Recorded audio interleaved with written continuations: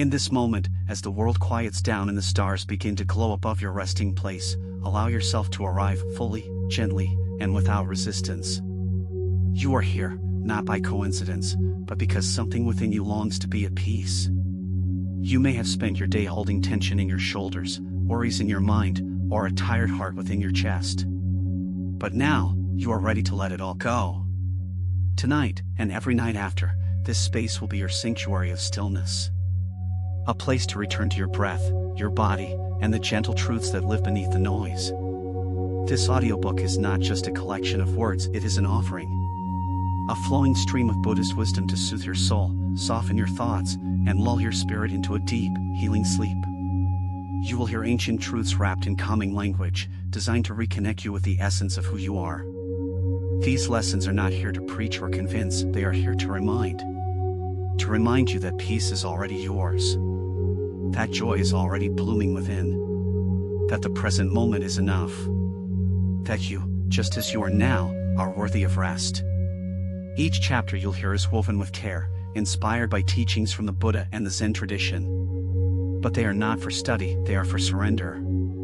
You do not need to concentrate, analyze, or retain. Just let your heart receive. Let your body soften. Let your breath slow.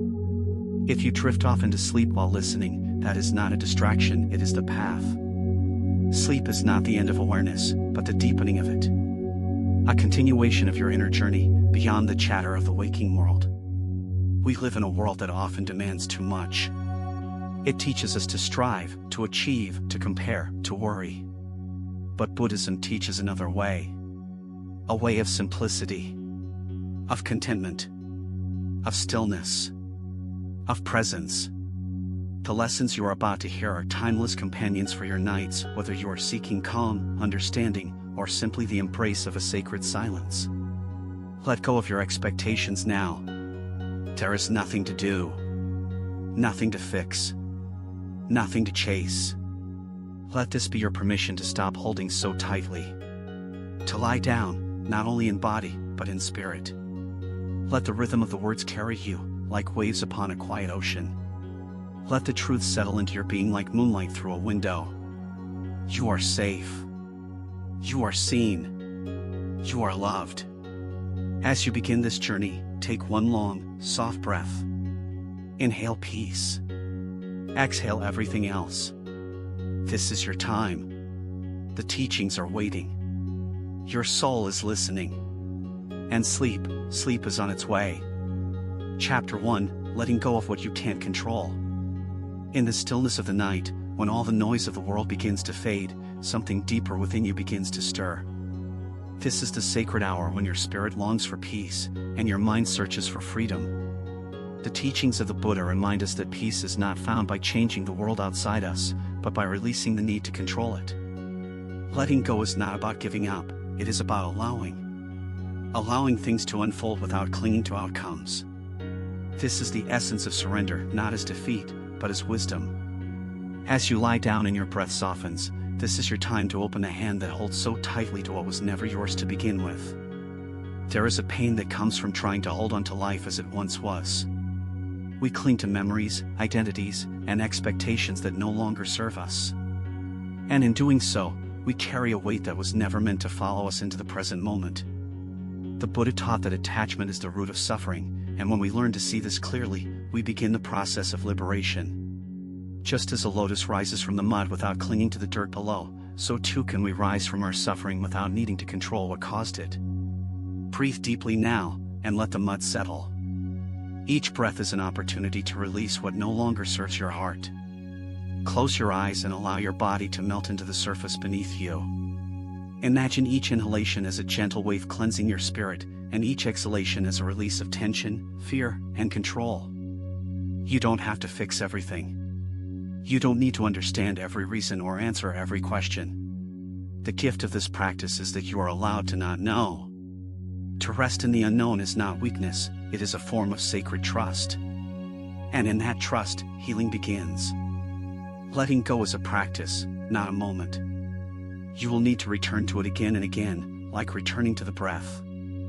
Thoughts will arise, memories, worries, regrets, but you are not those thoughts. You are the awareness behind them, the sky behind the clouds. The mind may resist, saying but what if, or I should have, but tonight you do not need to chase those thoughts. You are free to let them pass like leaves on a river. Observe them, bow to them, and let them go. The river of peace flows in their absence. So many of us hold on to imagined futures. We project fears into tomorrow and try to control what hasn't yet come. But the future is only a thought. It is not here, and it never has been. What is real is this breath, this heartbeat, this still moment under the stars. When we let go of trying to control the future, we reclaim the gift of now. This is where life actually happens. The past cannot be changed. The future cannot be grasped.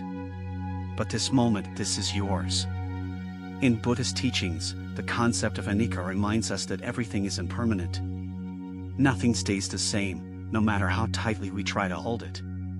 Even the suffering you feel tonight is passing through you like wind through a bamboo forest. The trees do not resist the wind. They bend, they whisper, and they return to stillness. You, too, can bend without breaking. You can move with life, rather than against it. Let the winds of change blow through you, and know that your roots are deep. There is no shame in feeling overwhelmed, in grieving what was lost, or in wishing for things to be different. The heart is tender, and being human is not easy. But you are not alone in this path. All beings suffer, and all beings can be free. The Buddha himself walked this same path, through doubt, through longing, through suffering, and discovered that peace lies in surrender, not in control. You walk that same sacred path tonight. Every tear, every sigh, every soft breath brings you closer to home. Rest now, not because everything is resolved, but because you deserve to be held by something greater than your worries. Let the silence cradle you. Let the teachings guide you. Let the breath remind you that you are alive, and that is enough. You do not need to carry the weight of the world to be worthy. You do not need to know all the answers to be at peace. You only need to soften, to trust, and to let go just for this moment. And then the next. And the next. Feel the support beneath your body. Let it hold you completely. Let your muscles soften, your jaw release, your eyes become heavy. Let your spirit begin to float, light and unburdened. If emotions rise, let them come without resistance. They, too, are passing clouds. You are the sky. Vast. Still. Infinite. In this space, everything is allowed to exist, but nothing needs to stay. You are safe here. You are enough here. You are free here. The act of letting go is the act of reclaiming yourself. Of no longer defining your worth by what you can fix, control, or predict. It is the return to what is simple, true, and eternal.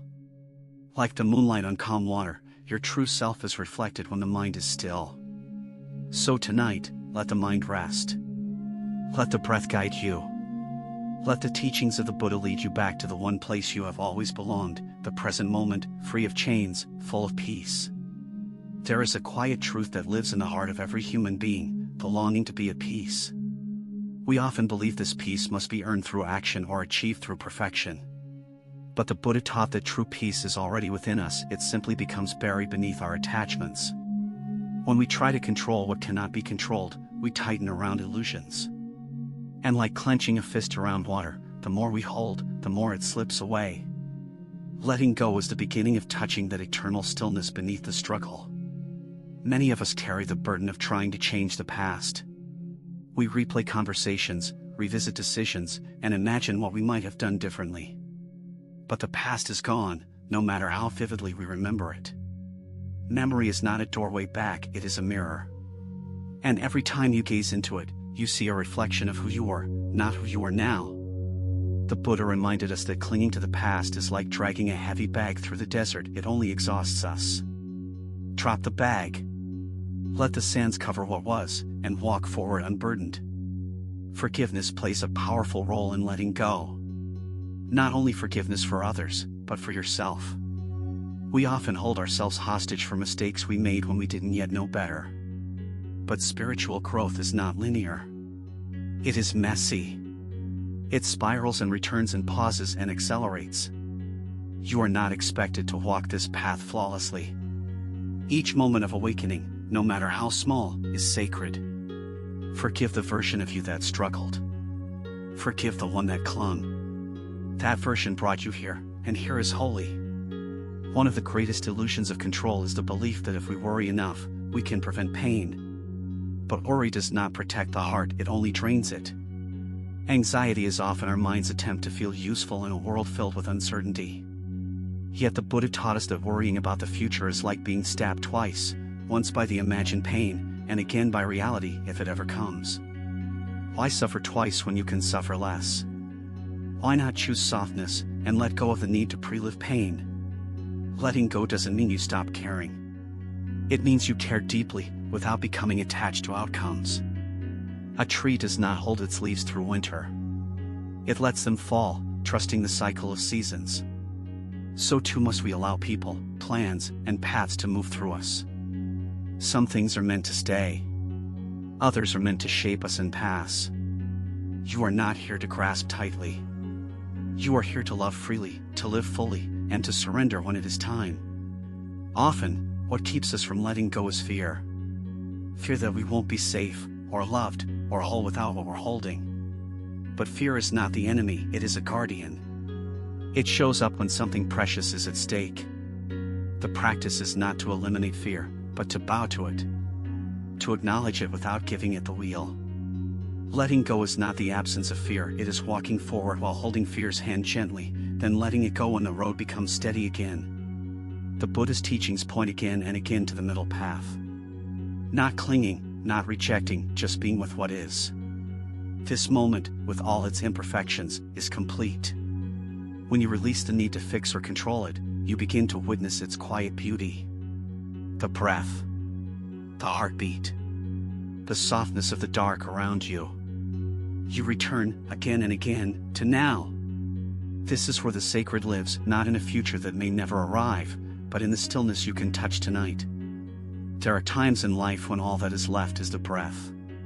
When answers don't come, when things fall apart, and the only thing to do is to lie down and breathe. This, too, is practice. This, too, is sacred. The breath does not ask for explanations. It only asks to be noticed. Let each inhale fill you with presence. Let each exhale wash away the illusion of control. Your breath has been with you since the beginning. It knows the way home. You may feel sorrow. You may feel grief. These are not signs of failure, they are signs that you have loved deeply. The more we open our hearts, the more we are asked to let go. And so the pain of loss is not a punishment, but a teacher. It teaches you how fast your capacity to love is. It teaches you where your true home is, not in the outer form, but in the formless love that never dies. Grief is love with nowhere to go, but tonight, let it go into the silence. Let it return to stillness. As you rest, let go of needing to do anything more. You have done enough for today. You have arrived. The world can wait. The breath will carry you.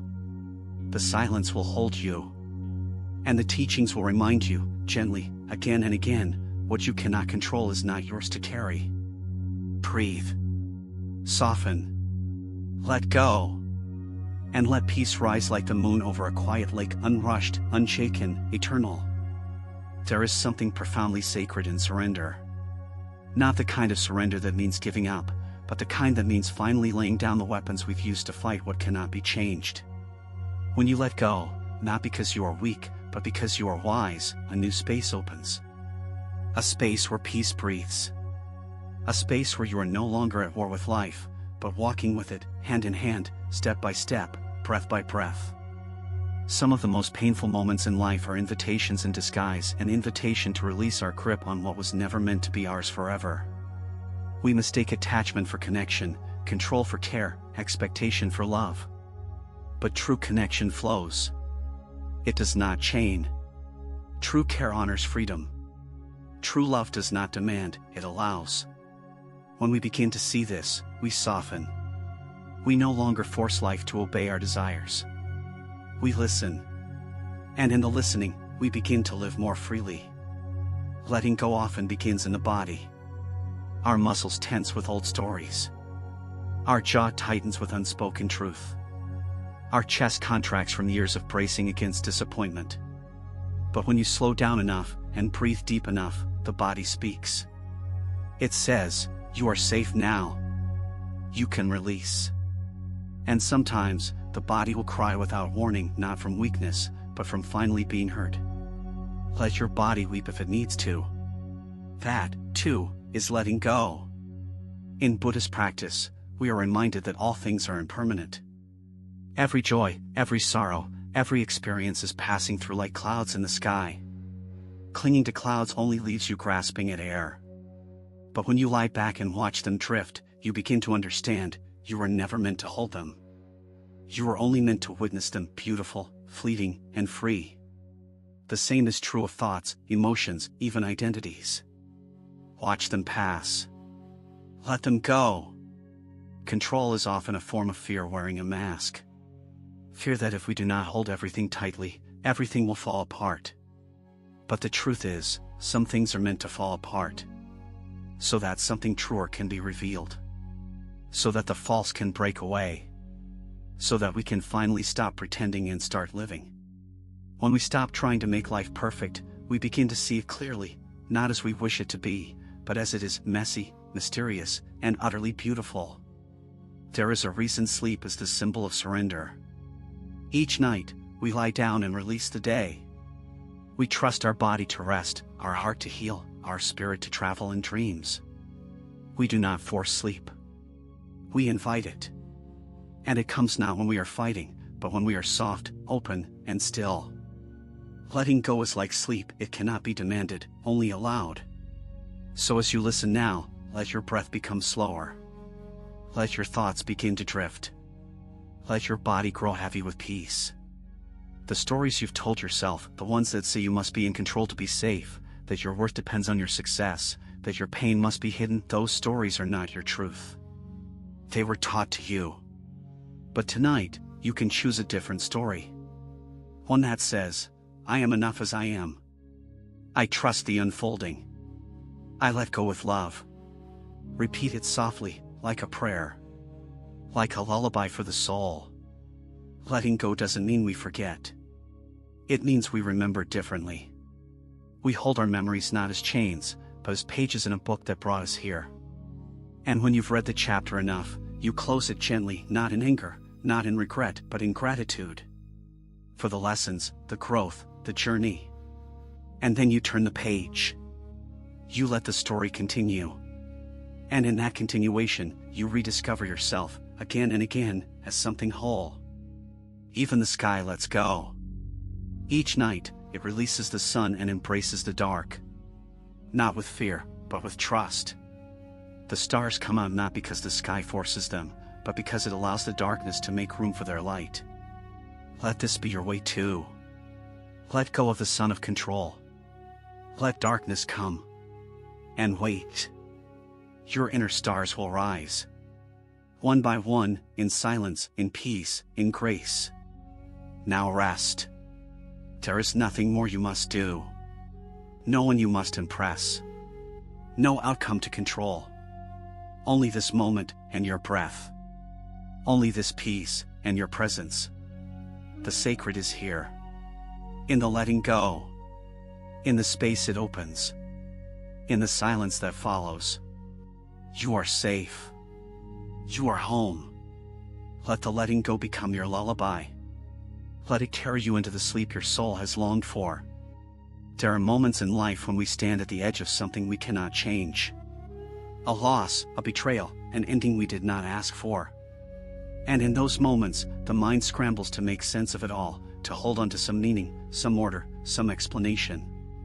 But the truth is, not everything has to be understood.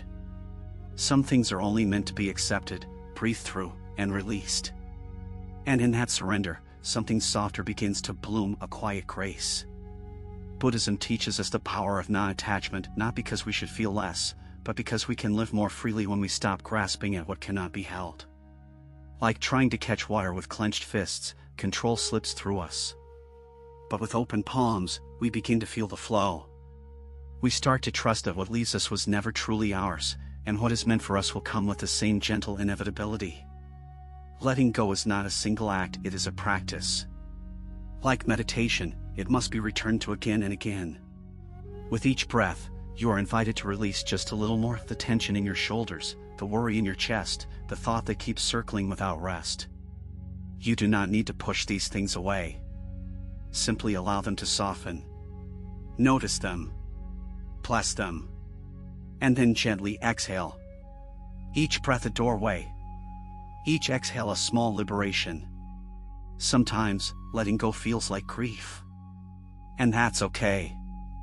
You are saying goodbye to something, an idea, a version of yourself, a dream, or a hope that didn't unfold as you imagined. Let yourself mourn. Let yourself feel. This, too, is sacred. In Buddhism, impermanence is not tragedy, it is the very nature of reality. Everything changes. Everything passes. And in that passage, new life is always beginning. Let your tears water the seeds of something new. Your past may have shaped you, but it does not own you. The people who hurt you, the paths that closed, the mistakes you made, they do not define the vastness of your being. Tonight, as you rest, repeat softly within, I forgive what I could not control. I release the story. I allow peace. With each repetition, you are not forgetting, you are healing. You are stepping out of the prison of old pain and into the sanctuary of now. Letting go is not weakness. It is wisdom. It is the wisdom to know when to stay and when to move on. When to hold and when to open your hands. When to speak and when to be silent. You do not have to control everything. You only have to listen deeply, patiently, to your inner truth. That still, sacred voice that says, this no longer serves me. And that's enough. That's more than enough. As you lie here now, feel your body gently grounding. Notice the way the earth holds you, without effort, without condition. Let that be your reminder, you don't have to hold everything. You are being held. Supported. Loved. Even by the silence. Even by the breath that moves through you like wind through trees. Even by this moment, which asks nothing of you but your presence. Your energy is precious. Your peace is a choice. And your sleep is a temple where you lay down your burdens and walk barefoot into dreams. You are allowed to rest. You are allowed to not have the answers. You are allowed to just be. Let this be the night you stop trying to carry what was never yours to hold. Let it go. Let it all go. And feel what remains, a soft, radiant stillness. Letting go creates space, not just for rest, but for new beginnings. For joy that comes without condition. For a love that flows without fear. For a self that no longer clings, but trusts. And in that trust, you awaken even as you fall asleep to the truth that peace was never something you had to earn. It was always your birthright. Close your eyes and imagine for a moment a flowing river. You're standing by its edge, watching how it carries fallen leaves, bits of driftwood, reflections of clouds, and sometimes even pain. Each current moves without force, without question. It simply flows. This river is your life. And the things you try so hard to control, people, outcomes, fears, regrets, are only leaves on the water. You were never meant to hold them. You were only meant to observe, to feel, and then to let them pass. Letting go is not abandonment. It is alignment. Alignment with the truth that life has never asked you to control it, only to witness it, to participate with awareness, and to respond with presence. Trying to force outcomes only distances you from the beauty of what is. When we let go, we return to our true place, not as the director of every scene, but as the silent witness who trusts the unfolding. Each night you resist sleep because of worry, you are believing a story that says you must solve everything before the sun rises. But you don't. The moon never rushes the stars. The trees do not hurry their shedding. All of nature rests. And you, too, are nature. You, too, deserve rest, not just of body, but of mind and soul. Let your thoughts be like clouds. See them. Acknowledge them. But don't chase them. Let them drift until only sky remains. If you're holding something heavy tonight, a decision, a disappointment, a fear, imagine yourself placing it down beside you.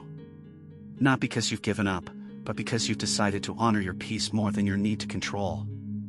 Whisper to yourself, "This is not mine to carry any longer." And let your shoulders drop. Let your chest loosen. Let your heart be light again. In the teachings of the Buddha, it is said that peace comes not from gaining, but from releasing. You don't need more answers. You need fewer expectations. You don't need more strength. You need more surrender. In that space of surrender, you become spacious. Room is made for love to enter, for clarity to emerge, for your breath to deepen, and your spirit to be at home in your own skin. Letting go is not the end. It is the opening, the beginning of stillness, the gateway to now. And now is where healing begins. Now is where life is real. You are not late. You are not lost. You are not behind. You are exactly where you are meant to be. This breath, this heartbeat, this pause, it is perfect. And in it, you are enough. Tonight, may you sleep not as someone seeking to fix the world, but as someone who has remembered they are not the world's weight-bearer. May you sleep as one who trusts. May you sleep as one who belongs. May your dreams carry you beyond the clutter of thought, into the vast and sacred silence where your soul sings. Let the past dissolve into stars. Let the future rest on the wings of the unknown. And let yourself, here and now, simply be a breathing, beautiful being, at peace with the flow of what is. The wind changes, the river bends, the seasons shift. And still, the ground beneath you remains steady.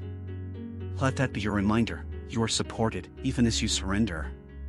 You are safe, even in letting go. Chapter 2 of this moment is yours. Not to control, but to cherish. In the quiet rhythm of your breath, in the silence that lingers between each inhalation and exhalation, there lives the doorway to the only moment you truly possess, now. The past, with all its triumphs and regrets, has already dissolved into memory.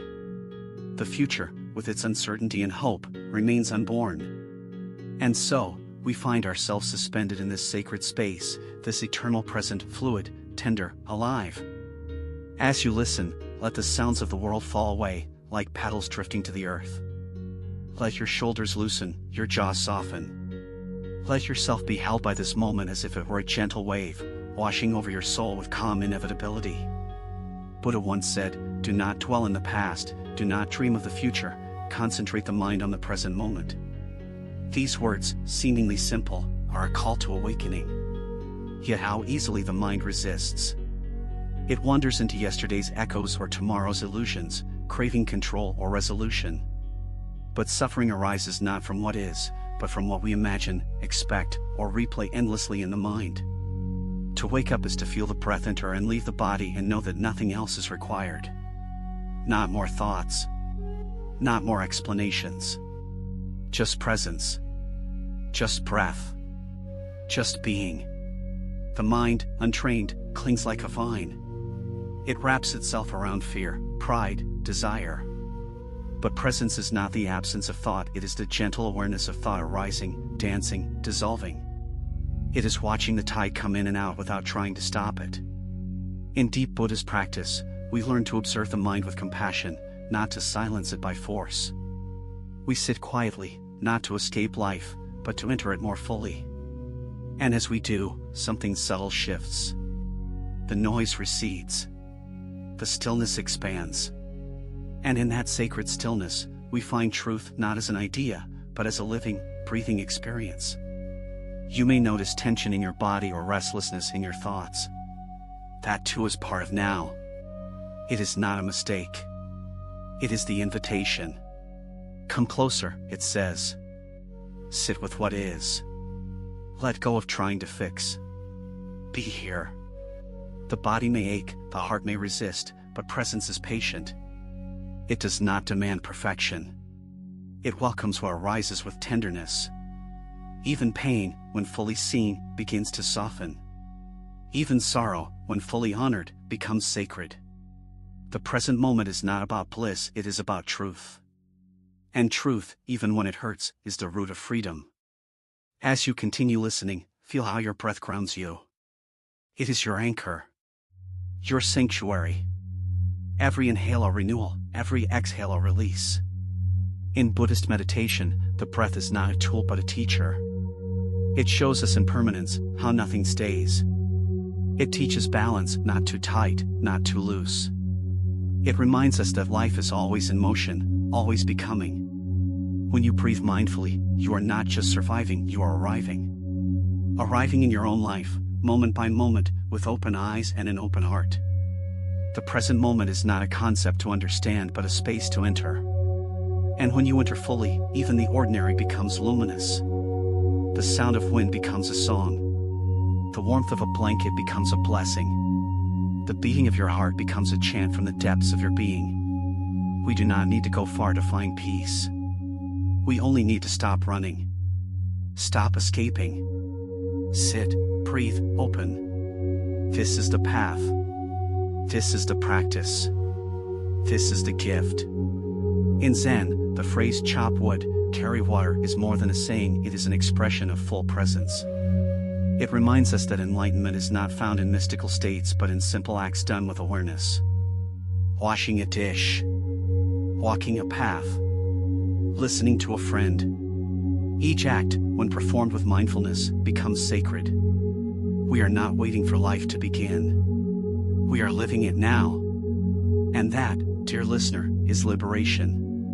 You are not your thoughts. You are the space that holds them. You are not your worries. You are the awareness that sees them rise and fall. And so, do not judge yourself for drifting. Simply return, again and again, to the breath, to the body, to the now. This return is the essence of practice. And in time, it becomes natural, like a river flowing to the ocean. You begin to trust the moment, to relax into it, to live from it. Imagine a tree, deeply rooted, swaying gently in the wind. It does not resist the breeze, nor does it cling to stillness. It simply is present, alive, grounded. This is what you are becoming. Rooted in presence, flexible in spirit. Your energy no longer scattered by past regrets or future anxieties. Your soul no longer chasing illusions. Just here. Just now. Just peace. And as this part ends, let your eyes rest gently. Let your breath move in harmony with life. You are not missing anything. You are not behind. You are not broken. You are exactly where you are meant to be, in the sacred heart of the present. May this stillness carry you forward, like a silent river, deeper into yourself. For in this moment, everything you need is already here. There is something profoundly healing about surrendering to this moment without resistance. So much of our inner suffering is born not from the moment itself, but from our struggle against it, wishing it were different, faster, more comfortable, less painful. But when we stop fighting and begin to soften into the now, we find that life is not our enemy. The moment is not cruel. It is just honest. It shows us what is. Not what we wish, not what we fear, just what is. And in that honesty, a quiet kind of peace begins to bloom, as gentle and real as the breath you're taking now. Many people chase stillness in the wrong places, changing jobs, seeking new relationships, scrolling endlessly through distractions. But true stillness is not about changing your outer world. It's about transforming how you meet the world within. When you begin to truly meet each moment with full presence, even the ordinary reveals the extraordinary. The rustling of leaves becomes a sacred hymn. The pause between your heartbeats becomes a doorway to inner space. And the silence behind your thoughts becomes the most profound teacher of all. Presence is not about controlling your thoughts. It's about no longer letting them control you. Thoughts will come, that's natural. But awareness allows you to observe them without getting entangled. You don't have to believe every thought. You don't have to act on every emotion. you can let them pass like clouds across the vast sky of your mind. This inner spaciousness, cultivated through mindful awareness, is where peace is born, not from certainty, not from perfection, but from freedom. Freedom is not the absence of hardship. It is the presence of inner alignment. When you are present, fully grounded in now, even difficulty becomes more bearable.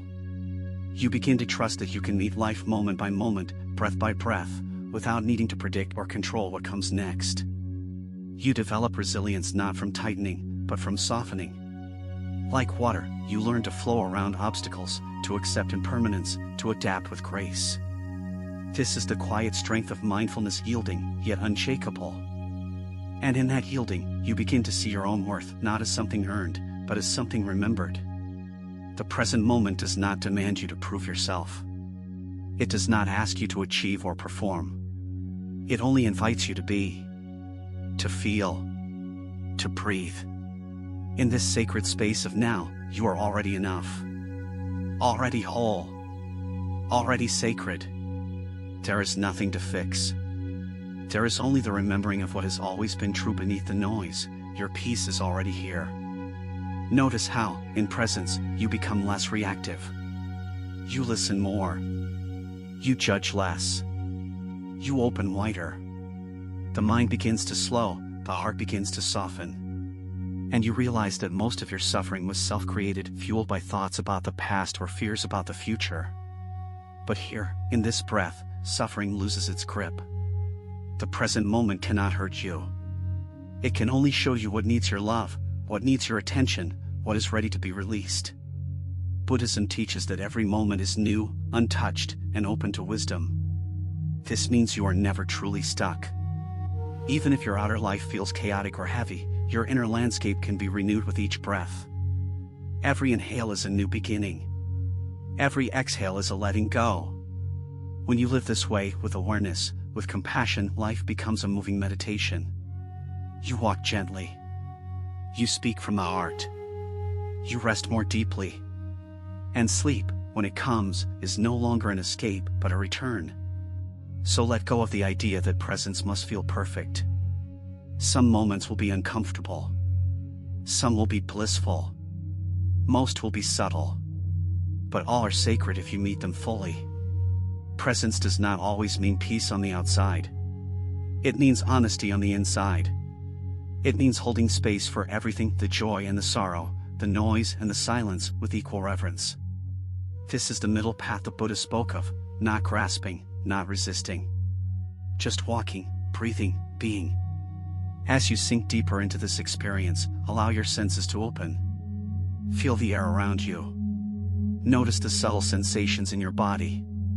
Listen to the silence behind the words. This is not just a chapter you are hearing, it is a practice. Let it shape your night. Let it shape your breath. Let it shape your way of meeting tomorrow. Not with striving, but with presence. Not with fear, but with stillness. And now, in this final breath of the part, let yourself surrender. You have arrived. You are here. The moment is enough. You are enough. In this now, there is no past chasing you, no future pulling you, just this sacred pause, this still flame of awareness that flickers gently in the quiet temple of your heart. Stay here. Rest here. Let this moment be home. There is a subtle power in presence that no outer achievement can ever match. It doesn't seek validation. It doesn't ask for recognition. It simply is. The ego, forever restless, wants to prove something, wants to be somewhere else, wants to become. But the soul whispers something different. It says, be here. Feel this. Rest now. In the sacred hush of the now, there is no need to chase anything. Life unfolds perfectly without force when you surrender to what is. In Zen, there is a teaching, sit, just sit. Not for results, not for enlightenment, not for anything at all. Just sit. This simple instruction invites you to drop all seeking. To just be with the moment, not as a concept, but as a living experience. When you sit with presence, even for a breath, you begin to feel the immensity of what's been here all along. The ordinary becomes luminous. The moment stops being a means to an end and becomes an end in itself. When you dwell fully in now, even your pain begins to transform. Not by erasing it, but by holding it differently. You begin to witness pain, not identify with it. You no longer say, I am anxious, but rather, there is anxiety, and I am aware of it. This shift is subtle but revolutionary. It turns suffering into a teacher. It turns discomfort into an invitation. And it turns the present moment into your greatest ally on the path to peace. Most of us are caught in habitual thinking, rerunning conversations, imagining worst-case scenarios, clinging to old wounds. But none of these exist in the now. In truth, the present moment is always free of story. It simply is. And in its simplicity, it offers a kind of quiet rebirth. You don't need to become a different person. You only need to stop running from yourself. To return. To breathe. To inhabit your life from the inside out. Every spiritual practice, at its core, is a return to presence. Whether through mindfulness, prayer, meditation, or movement, the goal is always the same, to awaken you to what is real right here, right now. And what is real is sacred. The coolness of the air, the beat of your heart, the rise and fall of your chest, these are not background noises. They are the very doorway to inner peace. Your body is not a distraction. It is a temple, a teacher, a place where the now breathes. The Buddha once said, do not dwell in the past, do not dream of the future, concentrate the mind on the present moment. These words are more than a quote, they are a compass. Each time you find your thoughts drifting, gently bring yourself back. Not with judgment, but with kindness. Not with force, but with curiosity. The present moment is never far away. It is only one breath, one pause, one gentle shift of awareness from wherever you are. And when you rest here often enough, the world begins to change, not because the world itself has changed, but because your relationship to it has. You start to see beauty where there was once indifference. You start to hear silence in the middle of chaos. And most importantly, you begin to trust life again, not because it is perfect, but because you are now present enough to receive its hidden blessings. This is not a one-time lesson. It is a lifelong unfolding. Presence is not a destination but a way of traveling. Some days will feel easier, others harder. But every day offers the same invitation, return to now. Come home. Let go of the stories. Drop into the breath. Begin again. This is the grace of mindfulness. It allows you to start fresh, no matter how many times you've been distracted. As night falls, let this wisdom sink into your being. Let your breath slow. Let your muscles soften. Let the sacredness of now cradle you. There is nowhere to be. Nothing to fix. No one to become. There is only this moment, and it is enough. Let it be a gentle lullaby to your restless thoughts. Let it wrap around you like a warm blanket. Let it hold you as you fall asleep, not with worry, but with wonder. And so, with one final breath, remember, you are not lost. You are not late. You are not behind.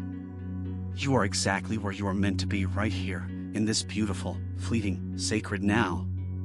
The only place where peace can truly find you. The only place where joy is possible. The only place where life is truly lived. It is said in Zen that enlightenment is nothing other than the full acceptance of this moment, just as it is. No embellishment. No resistance. No wish for it to be other than what it is. That teaching can feel deceptively simple. But in truth, it is the doorway to liberation. When you stop fighting the moment, you stop creating suffering. The moment may still contain difficulty, but it no longer carries the added weight of your resistance. In this stillness, peace emerges not because you've escaped life, but because you've finally arrived in it. Presence doesn't require silence or a perfect environment. It asks only for your attention. Whether you are washing dishes, walking down a noisy street, or lying in bed with thoughts spinning, the moment is still available. It's not something you chase, it's something you return to. Like a river, it flows constantly beneath the chatter of the mind. And when you dip your awareness into it, even briefly, you taste something timeless and real. Mindfulness is often misunderstood as a rigid focus. But in its truest form, it is a gentle openness. It means saying yes to what is, even when it's uncomfortable. It means holding your experience, not clenching around it. You don't need to fix the moment. You only need to meet it. When you do, you begin to feel grounded not in what might happen next, but in the unshakable now. Each breath is a gift. A reminder that you are alive. That you belong. That life is unfolding through you, not just around you. The present moment offers countless anchors, the feel of your body resting, the quiet rhythm of breath, the way light touches the wall. These are not distractions from the spiritual path, they are the path. Every ordinary sensation becomes sacred when seen through the eyes of presence. The Buddha taught that we suffer because we crave what isn't here. We cling to pleasure, we push away pain, we live in the shadows of what was and what might be. But the only place healing can happen, the only place joy can bloom is here, now. That realization is not intellectual. It must be felt. Lived. Breathed. One quiet moment at a time. When thoughts arise, as they will, let them come like clouds across the sky. You are not the storm. You are the sky. Watch gently. Do not follow. Do not fight. Do not analyze. Just return again and again to this breath. To this moment. To this stillness. That is enough. That is the path. And over time, it becomes the way you live, not just something you visit. You may have spent years outside of yourself, seeking completion. In relationships, achievements, possessions. But the peace you long for has always been inside, waiting for your return. Presence is not something you gain. It is who you are when all else falls away. When the mind quiets and the heart softens, you remember. You remember that you were never broken. Just distracted. And now, you are home. Let this practice be gentle. You are not meant to master the moment, you are meant to befriend it. On some days, presence may feel easy. On others, impossible. But each attempt is sacred. Each return is a small awakening.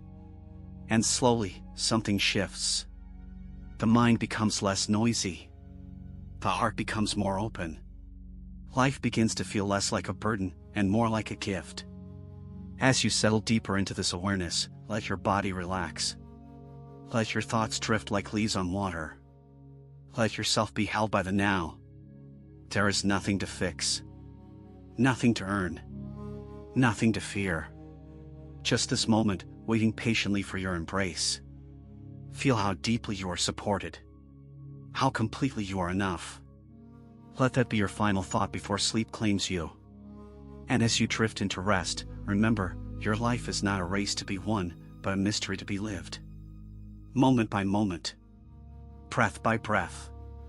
And each time you return to the now, you are touching eternity. This is the essence of peace. This is the root of happiness. This is the miracle of presence, and it is always here. To live in the present moment is not to abandon your responsibilities or goals, it is to release the unnecessary suffering created by imagining life to be somewhere else. So many live in the ghost of yesterday or the fantasy of tomorrow, missing the richness of what is right here. This moment is never incomplete. Even in its stillness, even in its simplicity, it holds the entire universe. Every breath is the proof of life unfolding exactly where it should. When we are lost in thought, we suffer twice, once from the moment itself, and again from the story we attach to it. The Buddha taught that pain is inevitable, but suffering is optional. And the doorway out of suffering is presence.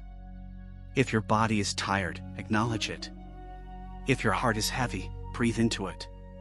Do not run. Do not pretend. Stay, gently, with what is real. This is how peace is born, by no longer resisting life as it comes. Notice how the mind often wanders to what should have been or what might be. It spins stories of regret and anxiety, searching for control. But the only true power you ever have lies in your awareness now. Not in what you did yesterday. not in what you fear tomorrow. This sacred moment, this breath, this heartbeat, this is where life happens.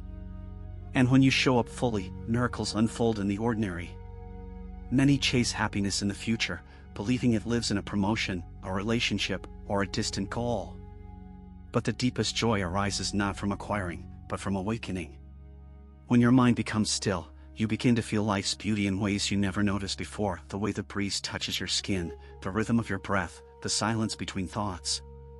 These are treasures hidden in plain sight, revealed only to those who are truly here. As you practice presence, the noise begins to soften. The inner critic becomes quieter. The world feels less like something to conquer, and more like something to participate in. Each moment becomes a teacher, showing you where you're tense, where you're resisting, where you're holding too tightly. And in that gentle awareness, a deep letting go begins. You no longer need to fix everything. You only need to meet life with open eyes and a soft heart. So let your breath deepen. Let your heart soften. Let this moment be one of kindness for yourself, for others, for all beings. There is nothing more to do. No one else to be. You are enough, just as you are. Let compassion guide you now into silence, into peace, into sleep. As the night unfolds its velvet silence and the world dims into stillness, there is a sacred opportunity to turn inward with gentleness. Compassion is not a reaction, it is a conscious decision. A choice to stop waging war against ourselves and the world. In this quiet, where nothing is demanded of you, compassion becomes more than a practice, it becomes the way your soul breathes. The Buddha spoke of loving kindness as a boundless quality, one that knows no limits in direction or condition. You are invited to expand this love outward like ripples on a calm lake, beginning with yourself, then moving to those you love, those you struggle with, and even those you've never met. This expansion is not mental effort, it is spiritual openness.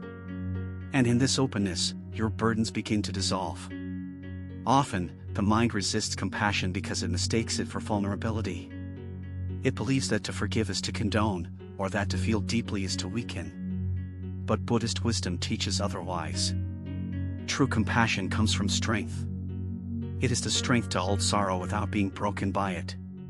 The strength to see another's pain without losing yourself in it. And the strength to remain kind in a world that may not always be kind in return. What if every moment of your life was softened by compassion? How would your thoughts sound if they were spoken with kindness? What would change in your body if you no longer carried resentment, guilt, or the need to prove anything? These are not idle questions, they are the foundation of deep healing.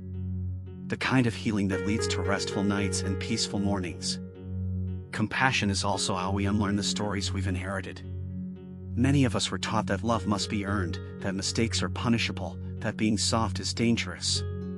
These beliefs live in our muscles, our breath, our dreams. But each compassionate thought is a thread that rewrites the tapestry. Each act of inner forgiveness begins to unravel the tension we didn't know we were holding. And so, tonight, as you listen, breathe with the awareness that you are unlearning. That every inhale is a chance to invite ease. Every exhale is an opportunity to release the battles you no longer wish to fight. Let go of the need to defend yourself. Let go of the need to be understood. In this stillness, only compassion remains, and it is more than enough. When your heart becomes a refuge, your energy becomes sacred. You are no longer reactive to the chaos of others. You no longer absorb the emotional storms around you. Instead, you become the calm within them. This is the hidden gift of compassion, it makes you a sanctuary. And from that sanctuary, all things become lighter. You rest not because you're exhausted, but because you're finally at peace. The body responds to compassion like it does to sleep, with softening, with safety, with surrender. When you stop judging your feelings and begin to cradle them, your nervous system recognizes the signal, we are safe now. And only in safety does true rest arrive. Let yourself feel that safety now. Let your jaw loosen. Let your shoulders sink. Let your breath be slow and loving. There is no need to rush this journey. You do not need to become enlightened overnight. You are not a project to be fixed, but a soul to be honored. And compassion is the honoring. Each kind thought, each patient breath, each act of letting go, they are sacred steps toward your healing. toward your peace. Toward a night where you fall asleep not from exhaustion, but from inner wholeness. May you remember tonight that you are not alone. That all beings suffer and seek peace, just like you. May this awareness soften you. May it connect you. And may it bless your rest. Because when you live with compassion, even your sleep becomes a blessing for yourself and for the world. In the dim quiet of night, compassion becomes even more radiant, like a candle flame that glows brightest when surrounded by darkness. This sacred light does not flicker with judgment, nor does it demand anything from you. It simply offers warmth, stillness, and presence. The more you allow yourself to rest in it, the more you begin to remember your natural state, peace, untouched and always waiting beneath the noise. We often think of compassion as something we give to others. But the deeper truth is this: compassion begins with how we meet ourselves. In the moments when we feel disappointed, afraid, or ashamed, it is not criticism that heals us, it is kindness. A soft word to the self. A deep breath that does not rush to fix but simply stays. It is this staying with tenderness that begins to unwind even the oldest wounds. So many of us carry silent battles. We walk through our days holding back tears, regrets, questions we've never spoken aloud.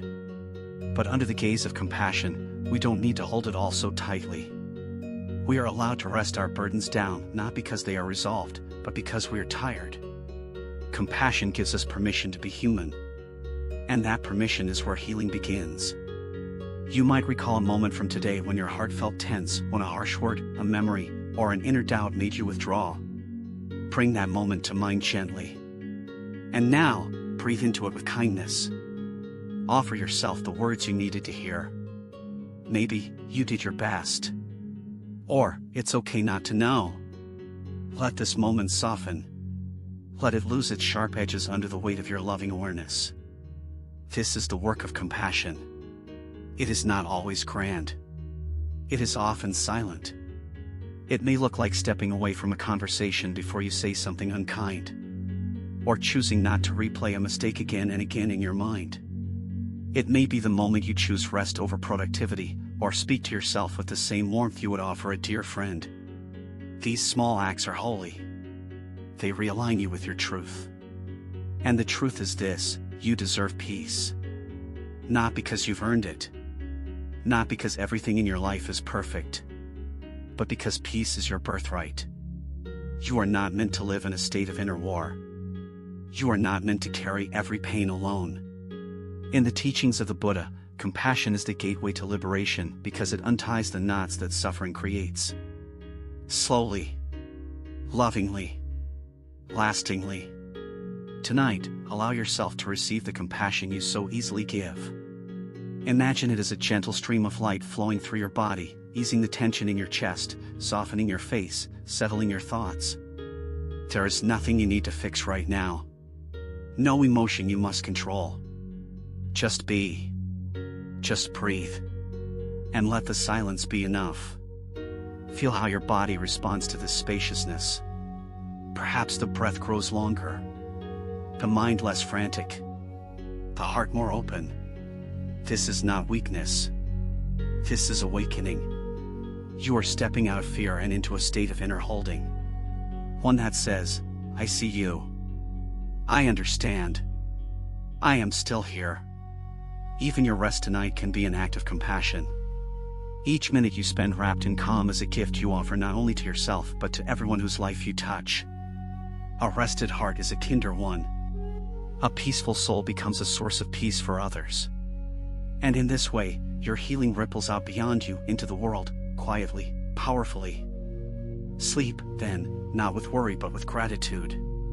Sleep knowing that tonight you have chosen to meet yourself with gentleness. And that choice matters. In the realm of spirit, every act of love, no matter how small, echoes far and wide. There is a moment in stillness when the heart, uncluttered and quiet, begins to remember who it truly is. Not the name, not the role, not the pain, but the essence. And that essence is love. Pure, undemanding, steady. The more we dwell in compassion, the more that essence comes alive. It is not something we acquire. It is something we return to. We often believe we must earn peace.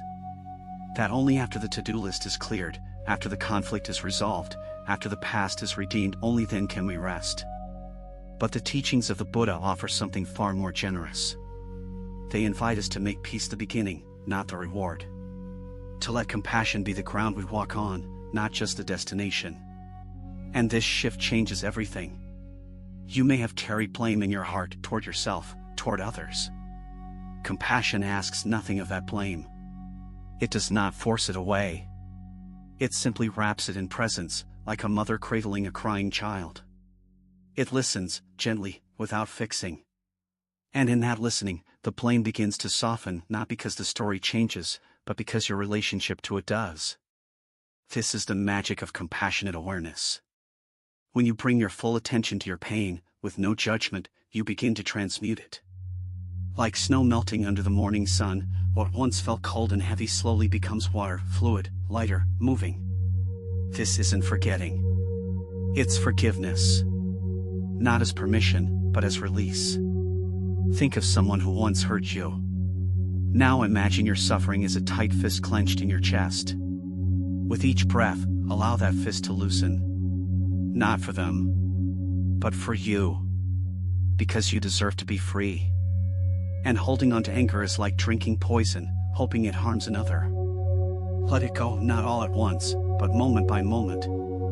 This is your liberation. Self-compassion is just as necessary. Many spiritual seekers are gentle with others but harsh with themselves. They give without rest, forgive without being asked, and yet speak to themselves with cruelty in the silence of their own minds. Let this be the moment that ends. Let this be the night where you choose to treat your inner world with the same reverence you offer others. Say quietly within, may I be free from suffering. May I be safe. May I be at ease. Let those words land in your body, not as wishes, but as truths. Even if part of you resists, keep saying them. The heart learns by repetition, by tenderness, by presence. And with each repetition, your nervous system begins to believe, I am safe. I am loved. I can rest.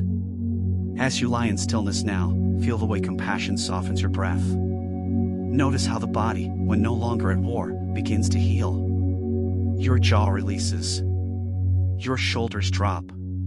Your mind becomes less like a storm and more like a quiet lake. This is the gift of compassion. It asks nothing but changes everything. In this moment, there is nothing you need to prove. There is nowhere to go. You have already arrived. You are allowed to rest. Allowed to feel. Allowed to just be. And in this being, in this spacious compassion, your spirit stretches out. Reconnects. Realigns. Comes home. Let your sleep be filled not only with dreams, but with understanding. Let your heart continue the work of compassion as you drift deeper. Even in rest, you are healing. Even in silence, you are growing. This is the path. One breath. One choice. One soft surrender at a time. As the night deepens and the mind begins to quiet, the wisdom of compassion becomes clearer. Not through words, but through feeling. Through presence. Through the gentle recognition that all beings, including you, are doing the best they can with what they carry. And perhaps for the first time today, you can rest in that truth without needing to fix, justify, or escape. Think of compassion as a candle that never burns out. Even when storms come, even when the winds of life rage, the flame remains. Sometimes it flickers. Sometimes it hides. But it never dies. It is the essence of your being. You don't need to go searching for it, it's already here, waiting to be remembered. Each breath is a return. Each exhale, a soft letting go. Of the tension in your body. Of the stories playing on repeat. Of the urge to do more, to be more. None of that is needed here. You are not your past. You are not your mistakes. You are not your pain. You are the awareness behind all of it. Gentle. Eternal. Whole. Compassion doesn't mean accepting harm. It doesn't mean denying your boundaries. It means seeing clearly, and choosing peace anyway. It means holding yourself with the same grace you've offered others, even when you've fallen short. Especially when you've fallen short. This is not indulgence, it's healing. Imagine now that your heart is a pool of still water. And into that pool, you drop one phrase, "May all beings be at peace." Watch the ripples move outward. First to those you love. Then to those who have hurt you. Then to strangers. And finally, back to yourself. That is the nature of compassion. It expands in all directions, touching everything it meets. And in that expansion, something within you relaxes. The fight dissolves. The urge to protect softens into the desire to connect. You realize that you don't have to carry this alone. That the weight you've borne for so long was never truly yours. It was given to you by others who are also hurting. And now, gently, you are setting it down. Feel your breath. The way it flows in without effort. The way it leaves without resistance. That is the rhythm of compassion. Effortless. Natural. Healing. With each inhale, you invite understanding. With each exhale, you release the need to hold on. What remains is peace, not as a goal, but as your natural state. Tonight, you don't need to solve everything. You don't need to change, improve, or rise. You are allowed to just be. To let your head rest against the pillow and let the compassion you've cultivated hold you. As you drift deeper into sleep, imagine yourself wrapped in the arms of loving kindness, safe and complete. Let your final thoughts before sleep be soft ones. I forgive myself. I forgive others. I release what no longer serves me. These are not just words, they are keys. Keys that unlock the doors of the heart. And as those doors open, light pours in. A gentle, unwavering light that reminds you, you are love. You are safe. You are home. Chapter 4, Letting Go of Guilt and Shame. There are emotions that dig deep into the soil of the heart, quiet and hidden, yet heavy. Guilt and shame are among them. They are not loud like anger or fast like fear. They move slowly, silently, shaping the way you see yourself. They convince you that you are your past, that your mistakes define you, that you are somehow less worthy because of what has been. But Buddhist wisdom teaches something radical and liberating. You are not your actions, not your regrets, not your flaws. You are awareness itself. Infinite. Unchanging. Gentle like the moonlight that touches everything without judgment. And tonight, under that silent moon, you are invited to let go not of responsibility, but of the story that pain must be your home. Close your eyes. Let your body rest. Feel the weight of your back supported by the earth. There is nothing to fix right now. Nothing to perform. Just a quiet invitation to listen. What would your life feel like if you truly forgave yourself? What would it be like to live unburdened, no longer dragging the chains of old shame behind you? Buddha once said, you, yourself, as much as anybody in the entire universe, deserve your love and affection. These are not empty words. They are a bell of truth ringing through centuries. And they are meant for you. Not the future version of you.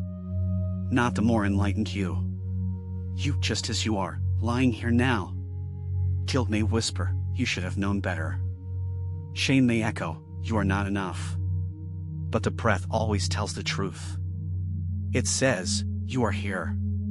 You are still worthy. You are not broken. You made choices, yes. You experienced consequences, yes. But those are pages in your story, not the whole book. Compassion is not a reward for perfection. It is the medicine for imperfection. Every act of healing begins with this, seeing your own suffering with gentle eyes. Tonight, rather than pushing away those hard emotions, can you let them sit beside you? Not to feed them, but to acknowledge them. To whisper, I see you.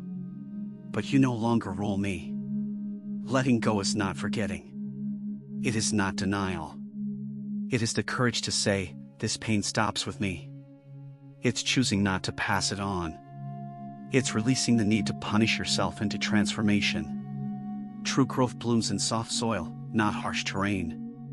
When you water yourself with kindness, the soul begins to breathe again. You may not yet feel ready. That's okay. Readiness is not a prerequisite. Willingness is. Just a small, sincere willingness to imagine life beyond guilt. Beyond shame. Beyond the inner voice that keeps replaying scenes from years ago like broken film reels. Those images cannot hurt you anymore, not unless you let them. Tonight, as your breath slows and your body melts into the stillness, know this: your past cannot follow you into your dreams unless you invite it. You have the power to choose a new rhythm. A new story. One where you are not the villain, but the student. Not the wounded, but the one healing. Not the lost, but the one returning home. And as you drift towards sleep, trust in this truth: there is nothing wrong with you. You are not your guilt. You are not your shame. You are the one who feels them and the one who is learning to release them, breath by breath, night by night. There is a moment, somewhere between waking and sleeping, where the walls of identity begin to soften. In that space, you are not your name, not your roles, not your mistakes, you are simply presence. Silent and complete.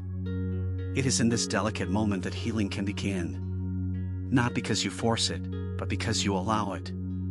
Guilt often feels like responsibility turned inward, like you must carry the weight forever to prove your remorse. But Buddhist wisdom invites a different approach.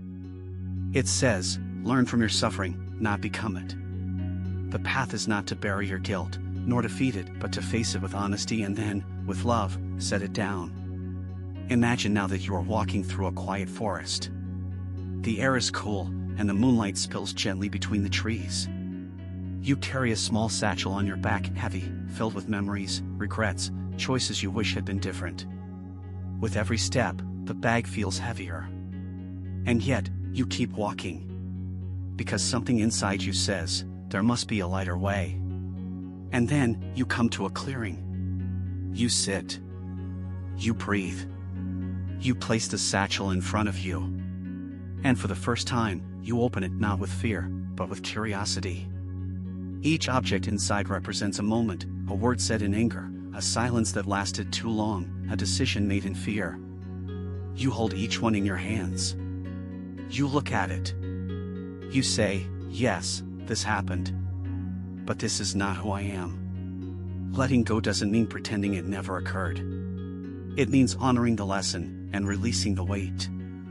You are not erasing the story, you are reclaiming the narrator's pen. You can choose to rewrite how you carry your past. Not as punishment, but as wisdom earned through pain. Shame, too, is a shadow. It clings to us when we believe our worth is conditional on how we behave, on what others think, on some impossible standard of flawlessness. But your worth has never been negotiable. It was given the moment you took your first breath. No mistake, no regret, no imperfection can erase that. When you were a child, and you fell while learning to walk, no one said you were unworthy. They lifted you, encouraged you, smiled as you tried again. What if you extended that same compassion to your adult self? What if every fall was just another part of learning? What if shame has no place in the house of awakening? Let tonight be your turning point. Let this be the sacred pause where you stop carrying what was never meant to be permanent. You do not need to punish yourself into wholeness. You are already whole. The mind may resist this truth. That's okay. Let the breath teach it. Inhale gentleness. Exhale judgment. Inhale grace. Exhale shame. You are not alone on this path. Every being you've ever admired has fallen, has erred, has felt what you're feeling now. Even the Buddha had to walk through pain before he sat beneath the Bodhi tree and saw the truth of things. Healing is not about becoming someone else. It's about returning to who you've always been, before the guilt, before the shame. Let the night wrap you in forgiveness. Let the stars remind you that your past is not a cage, but a teacher. And as your eyes begin to close, whisper this to yourself: I forgive myself. I am learning. I am worthy of peace. There is a sacred wisdom in the quiet moments before sleep. It is when your soul whispers the truths the day was too noisy to hear. And often, it speaks of forgiveness not for others, but for yourself. The mind may resist it. The ego may protest. But your heart knows, carrying guilt and shame will not make you kinder. It will only make you tired. Guilt is like a stone in the pocket of your spirit, heavy, unnecessary, and never truly yours to keep. Shame is like a fog that clouds your reflection, convincing you that your true self is hidden or broken. But in Buddhist thought, no one is ever broken. You are, and have always been, a part of the unfolding whole. Imperfect, yes. But never separate. Never unworthy. So take a deep breath now. Feel it move through your chest, your belly, your bones. That breath is a reminder, you are alive. And because you are alive, you have the power to choose again. Not to erase the past, but to relate to it differently. Instead of guilt, let there be insight. Instead of shame, let there be compassion. Imagine, now, sitting at the edge of a calm lake. The moon reflects across the water like a mirror for your soul. You toss in a pebble, one memory that still burdens you. The ripple expands gently, and then disappears. The lake returns to stillness. That's what letting go looks like, not forced, not dramatic. Just a soft surrender to the natural peace beneath the surface. The Buddha taught that all suffering begins with attachment to outcomes, to stories, to identities. And guilt is one such attachment. It binds you to a version of yourself that no longer exists. But the moment you say, I choose peace, you are no longer that version. You are someone new. Someone lighter. Someone who has learned. Speak to yourself now as a monk would speak to a suffering child, with clarity, but never cruelty. Tell yourself, yes, I have stumbled. Yes, I have hurt. But I am more than my mistakes. I am the intention to grow beyond them. These words are not empty, they are medicine. And like all medicine, they must be taken regularly, until the soul remembers its own radiance. Let this be your nightly ritual, to sit with your guilt, thank it for trying to protect you, and then let it go. It was only a signal, not a sentence. It showed you what mattered. Now, you can honor that, without keeping the pain. And with shame, do the same. Bow to it. Acknowledge its presence. Then watch it dissolve into the stillness of your breath. Healing is not linear. Some nights will feel heavier than others. Some memories may return uninvited. When they do not panic. Do not push them away. Simply observe. Let the breath lead the way. You are not here to be perfect. You are here to awaken. And part of awakening is learning how to forgive yourself completely. Let this night be sacred. Let it be a soft exhale of everything you've carried for too long. No need to fix, to perform, to prove. Just be. The quiet of the room, the warmth of the blanket, the beating of your heart, they are all enough. You are enough. As the night deepens and silence gathers around you like a gentle cloak, you may begin to notice the subtleties of your inner world more clearly. Without the distractions of the day, the mind turns inward, revisiting moments when you said the wrong thing, chose poorly, or disappointed someone, perhaps even yourself. These memories do not visit you to punish you. They come because they are ready to be released. In Buddhism, remorse is not meant to imprison but to awaken. It is a bell that rings in the heart, calling you back to your true nature. If you listen closely, beyond the pain, you will hear something tender beneath each regret, the deep desire to live with more love, more wisdom, more care. That desire is sacred. It means you are alive and growing. Let's take a moment now to bring this growth into form. Close your eyes, if you haven't already. Breathe in softly, gently. Imagine your breath as a warm light, glowing at the center of your chest. With every breath, that light expands. It touches the places in you that feel tight, wounded, or ashamed. It does not judge. It simply illuminates. This is how healing begins, not with effort, but with presence. There is no shame in having struggled. No guilt in not knowing what you now understand. We are all students of life. Each error was a lesson written in a language your soul needed to learn. You do not erase those pages, you turn them with grace. The story continues, and now, you hold the pen. If someone once told you that your mistakes define you, let that voice fade. Replace it with this one: your mistakes have shaped you, but they do not contain you. Who you are now is a mosaic of lessons learned, strength gathered, and love remembered. The rough edges are not flaws, they are features of your humanity.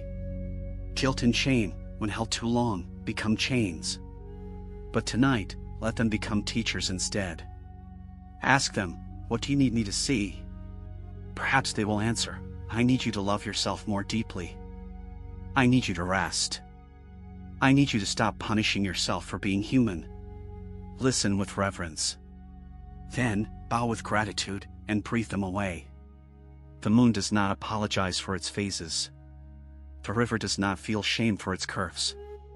And you, in your becoming, are no less beautiful for your imperfections. In fact, the path of awakening is paved by those very imperfections. Each one has led you here, to this quiet, sacred moment where transformation is possible. So now, repeat inwardly, as if whispering a blessing to your own soul. I release the weight of guilt. I forgive the self I used to be. I honor the journey that brought me here. Say it as many times as you need. Let the words soak in. Let them become your truth. And as your breath softens and the edges of sleep approach, let yourself be wrapped not in judgment, but in compassion. Like a child held in the arms of the universe, you are safe. You are healing. You are enough.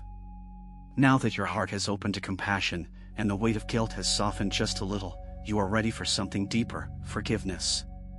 Not the kind that's loud or dramatic, but the quiet, honest kind that begins as a whisper in your own soul. Forgiveness is not about erasing what happened. It is about choosing not to carry it anymore. So gently now, return to your breath. Let it be soft. Let it guide you like a stream in the forest, carrying away the leaves of old memory, old pain. Each inhale draws in calm. Each exhale releases the stories that no longer serve your peace. With every breath, the guilt dissolves a little more. The shame unravels like threads coming loose from a worn-out cloak you no longer need to wear. Visualize now a version of yourself from the past, the one who made the mistake, who acted out of fear or ignorance or pain. See them clearly. Look into their eyes. Do you see the suffering there? The confusion? The longing to do better but not knowing how? This is not your enemy. This is you, still learning, still growing. Offer them compassion. Offer them understanding. And if you're ready, offer them forgiveness. I see you. I understand. I forgive you. Let the tears come if they need to. Let the silence speak if that is what you need instead. There is no right way to let go, there is only your way. And it begins now, in this very breath, this very moment. Imagine now a great tree standing in the middle of a quiet forest. You walk to it and place your guilt and shame at its roots. The tree accepts everything without judgment. It transforms pain into wisdom. It does not ask for explanations. It only knows that you are ready to be free. And in that offering, you are. In Buddhism, the act of letting go is not a denial, it's an act of deep recognition. You see the wound. You learn from it. And then, you place it down. Because your arms were meant to carry love, not burden. Your soul was meant to rest in peace, not tension. And now, as you lie here, feel that peace settling over you like a warm blanket. Your chest rises and falls, each breath slower, more relaxed. You have done the inner work. You have turned toward the pain. And now, like petals closing at night, you return to stillness. You return to your essence. Guilt and shame may visit again. That's okay. You will greet them differently now. You will say, I know why you came, but I do not live with you anymore. And you will walk with grace back into your own sacred self. You are not broken. You are becoming. You are not the things you regret, you are the light that sees them and still chooses to love. And in this love, you will sleep. In this truth, you will heal. Chapter 5, The Art of Inner Stillness. There is a silence beneath all the noise of your life. Beneath the rushing thoughts, the spinning worries, the endless responsibilities, there is a field of stillness waiting for you. Most of us pass it by, distracted by the next task, the next message, the next emotion that pulls at our attention like waves tugging at a drifting boat. But what if, just for this moment, you chose not to follow the noise? What if you dropped the urge to fix, to analyze, to judge, and simply sat with what is? This stillness is not empty. It is alive.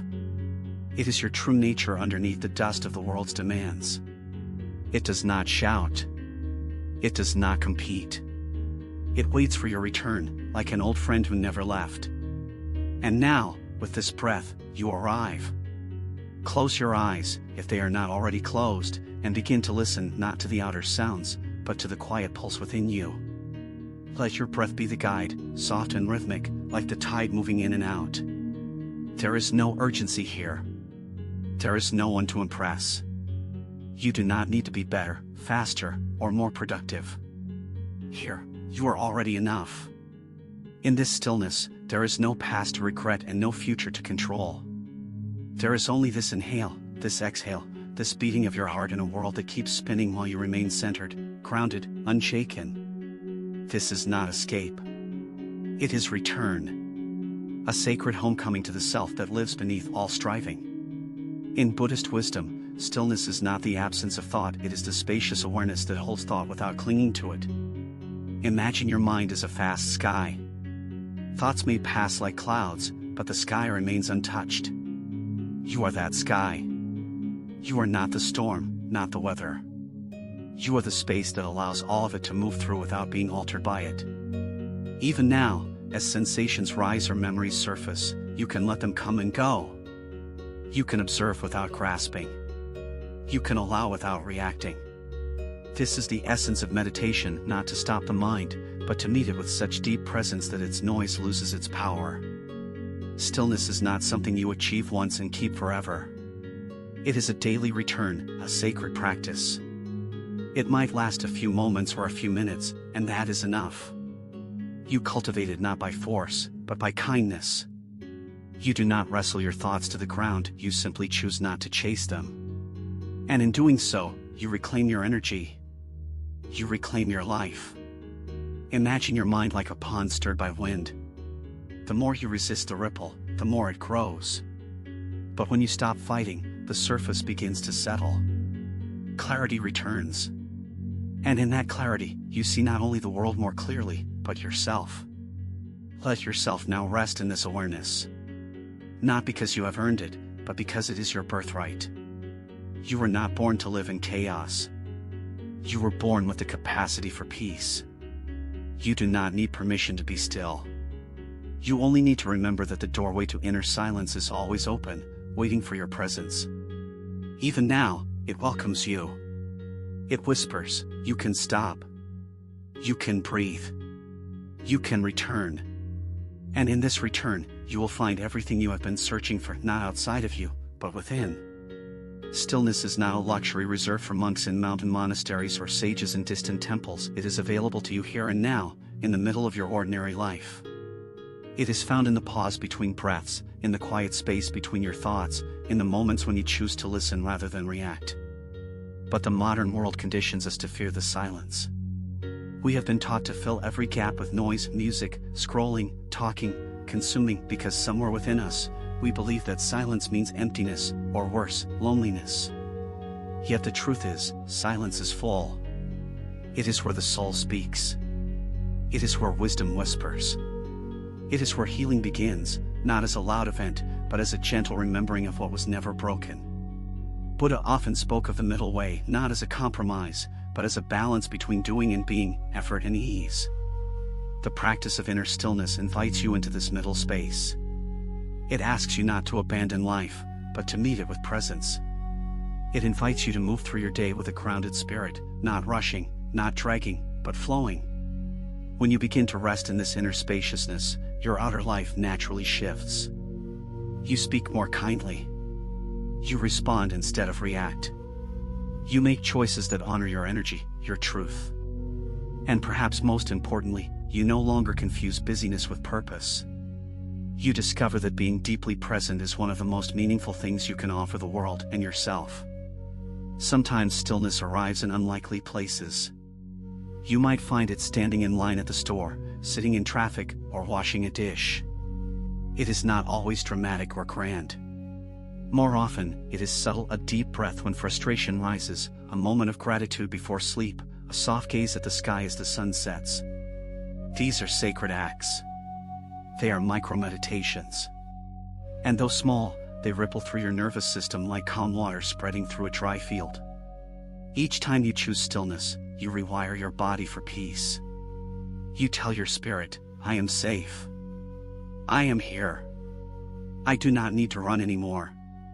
There is great strength in becoming still. Not the strength of force, but the strength of rootedness. Like a mountain unmoved by wind, you can meet the changing conditions of life with quiet resilience. This does not mean you feel nothing, it means you are no longer swept away by everything.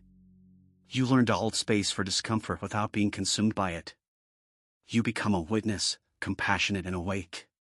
And from this witness seat, you begin to see that not all thoughts are true, not all emotions need to be acted upon, not all tension needs to be fought. Some things simply need to be allowed. And in that allowing, they dissolve. Tonight, as you drift into sleep, let yourself be carried not by thoughts, but by stillness. Let go of the need to figure anything out. There is nothing to fix in this moment. There is only this breath, this heart, this presence. Allow your body to rest like a child in the arms of peace. Let your mind surrender its stories. Let your soul soak in the silence like moonlight on still water. You are safe. You are enough. You are home. There is a gentle intelligence within you that always knows how to return to balance, to peace, to center. This is not something you must earn, nor is it something you must search for outside of yourself. It is already there, like a calm lake beneath the surface of restless waves.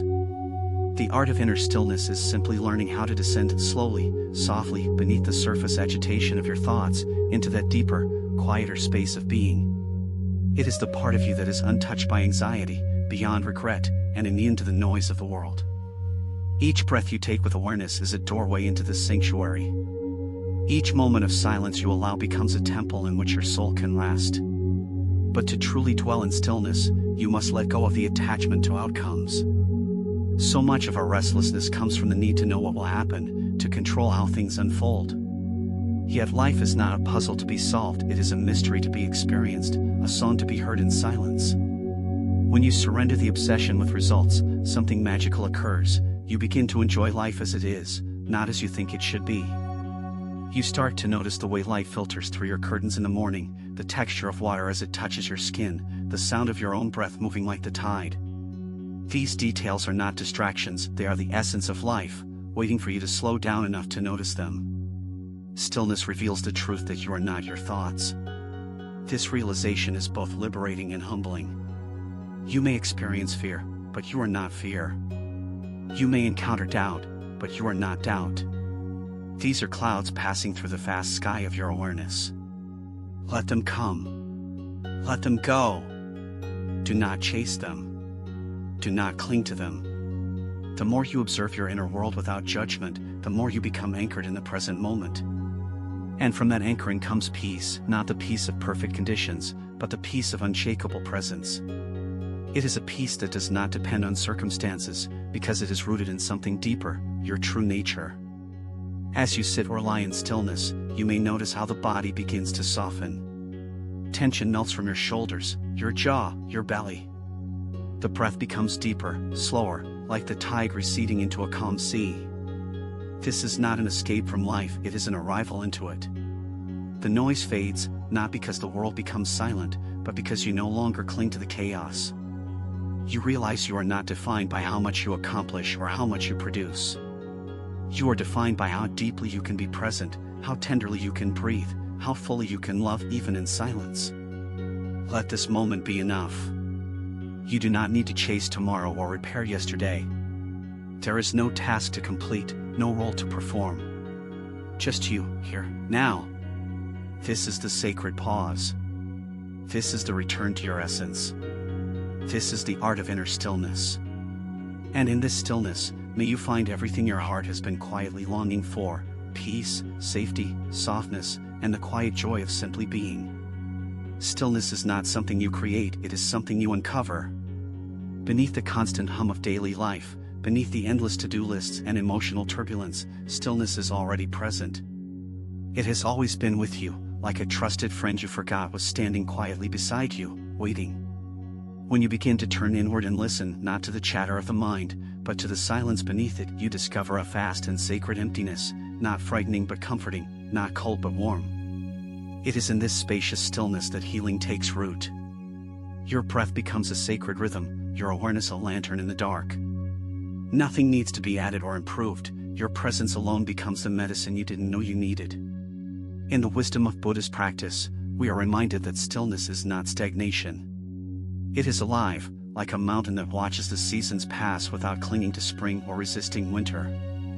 It receives everything and holds nothing. This is the invitation for your own life, to be present without grasping, to be open without craving. When you cultivate inner stillness, you are no longer driven by impulses, nor are you pulled by every passing emotion. Instead, you begin to move from a place of grounded intention, rooted like the Bodhi tree beneath which the Buddha found awakening, not by running, but by being still.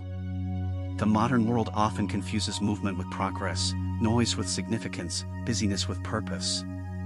But in truth, many of our deepest insights arise in the spaces in between, in the silence between heartbeats, the pause between breaths, the moment of stillness before we act. When you give yourself permission to rest in these in-between moments, you reclaim a part of your humanity that has been lost in the rush. You remember that you are not a machine. You are a being of presence, born not just to do but to be, to experience, to feel, to awaken. Night after night, as you lie in bed preparing for rest, you have a sacred opportunity to return to this stillness. You can let go of the mental rehearsals and the looping narratives. You can soften the armor you've worn all day. You can lay down the burdens you were never meant to carry so far. In stillness, you don't need to fix yourself or figure it all out. You only need to trust that who you are in this moment, gentle, tired, aware, is enough. The softness of the pillow, the rhythm of your breath, the subtle weight of your body supported by the earth, all remind you that you are safe to surrender. And as you lie there, wrapped in quiet, you might notice something shift inside. A subtle smile at the corner of your lips. A warmth in your chest. A sense that perhaps, after everything, it is okay to stop trying so hard. This is the gift of stillness. It does not demand change, it invites you to remember who you are beneath the striving. It whispers, come home, not to a place, but to a state of being. And in that home, there is space for all of you, the weary parts, the peaceful parts, the forgotten dreams and the tender hopes. All held in the quiet grace of now. Chapter 6, Silence, the forgotten door to inner healing. There is a space within you that has never been touched by noise, never stained by chaos, and never altered by the voices of the world. It is the sacred chamber of silence, waiting patiently beneath the layers of thought and emotion. In the modern world, we have become allergic to quiet. We fill our days with stimulation, our nights with distractions, and our minds with endless commentary. Yet Buddha, in his infinite wisdom, taught that the path to inner liberation is not paved with words, but with stillness. Silence is not the absence of sound, it is the presence of presence. It is the fertile ground upon which awareness blossoms. When the world becomes too loud and the mind too restless, returning to silence is not an escape, it is a coming home. In silence, the soul breathes. You may not hear it with your ears, but you will feel it in your chest, a gentle expansion, a spaciousness that envelopes you like a warm wind. It is here, in this sacred quiet, that your energy begins to recalibrate. The tensions you didn't even know you were carrying, tightness in the jaw, heaviness in the shoulders, clenching in the stomach, begin to dissolve without a single word. The silence becomes a balm, a healer. And in that healing space, your truest self begins to re-emerge. You are no longer the roles you perform or the thoughts you repeat. You are presence itself, observing the dance of life without attachment, judgment, or fear. Silence teaches you how to listen not only to others, but to yourself. Beneath your mental noise lies a quiet intuition, a knowing, a voice of peace that speaks in whispers.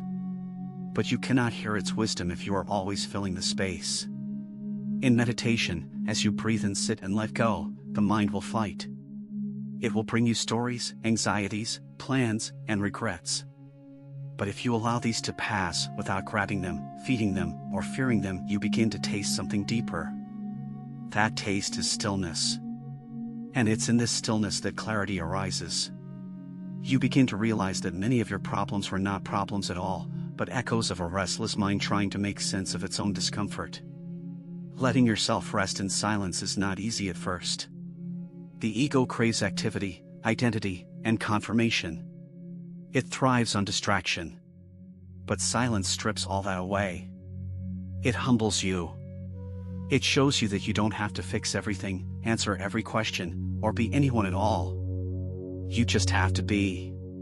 That's the real miracle. To sit, to breathe, to exist without performing for the world. In the beginning, silence may feel like emptiness. But if you stay long enough, you will see it as fullness. It holds everything: grief, joy, longing, love, without clinging to any of it. And in that holding, healing begins. In a world that constantly demands your attention, silence becomes an act of rebellion. To sit quietly, with no intention other than to be present, is to withdraw from the collective urgency that pulls humanity in every direction. Most people fear silence not because of the stillness itself, but because of what arises in it. In the absence of distraction, all that has been ignored begins to surface: the grief left unprocessed, the anger buried beneath smiles, the questions you've been too afraid to ask. But what if silence wasn't a threat, but an invitation? What if the discomfort is not a punishment, but a doorway? When you dare to be still, the noise within doesn't get louder, it simply becomes visible. And in that visibility, it loses its grip on your energy. Silence also reveals a deep truth: you do not need to understand everything to be at peace. The mind believes that answers will bring relief, but often, answers only birth more questions. Silence, on the other hand, holds no opinions. It offers no explanations. It simply is. And in that being, you begin to understand that presence itself is the answer you've been searching for.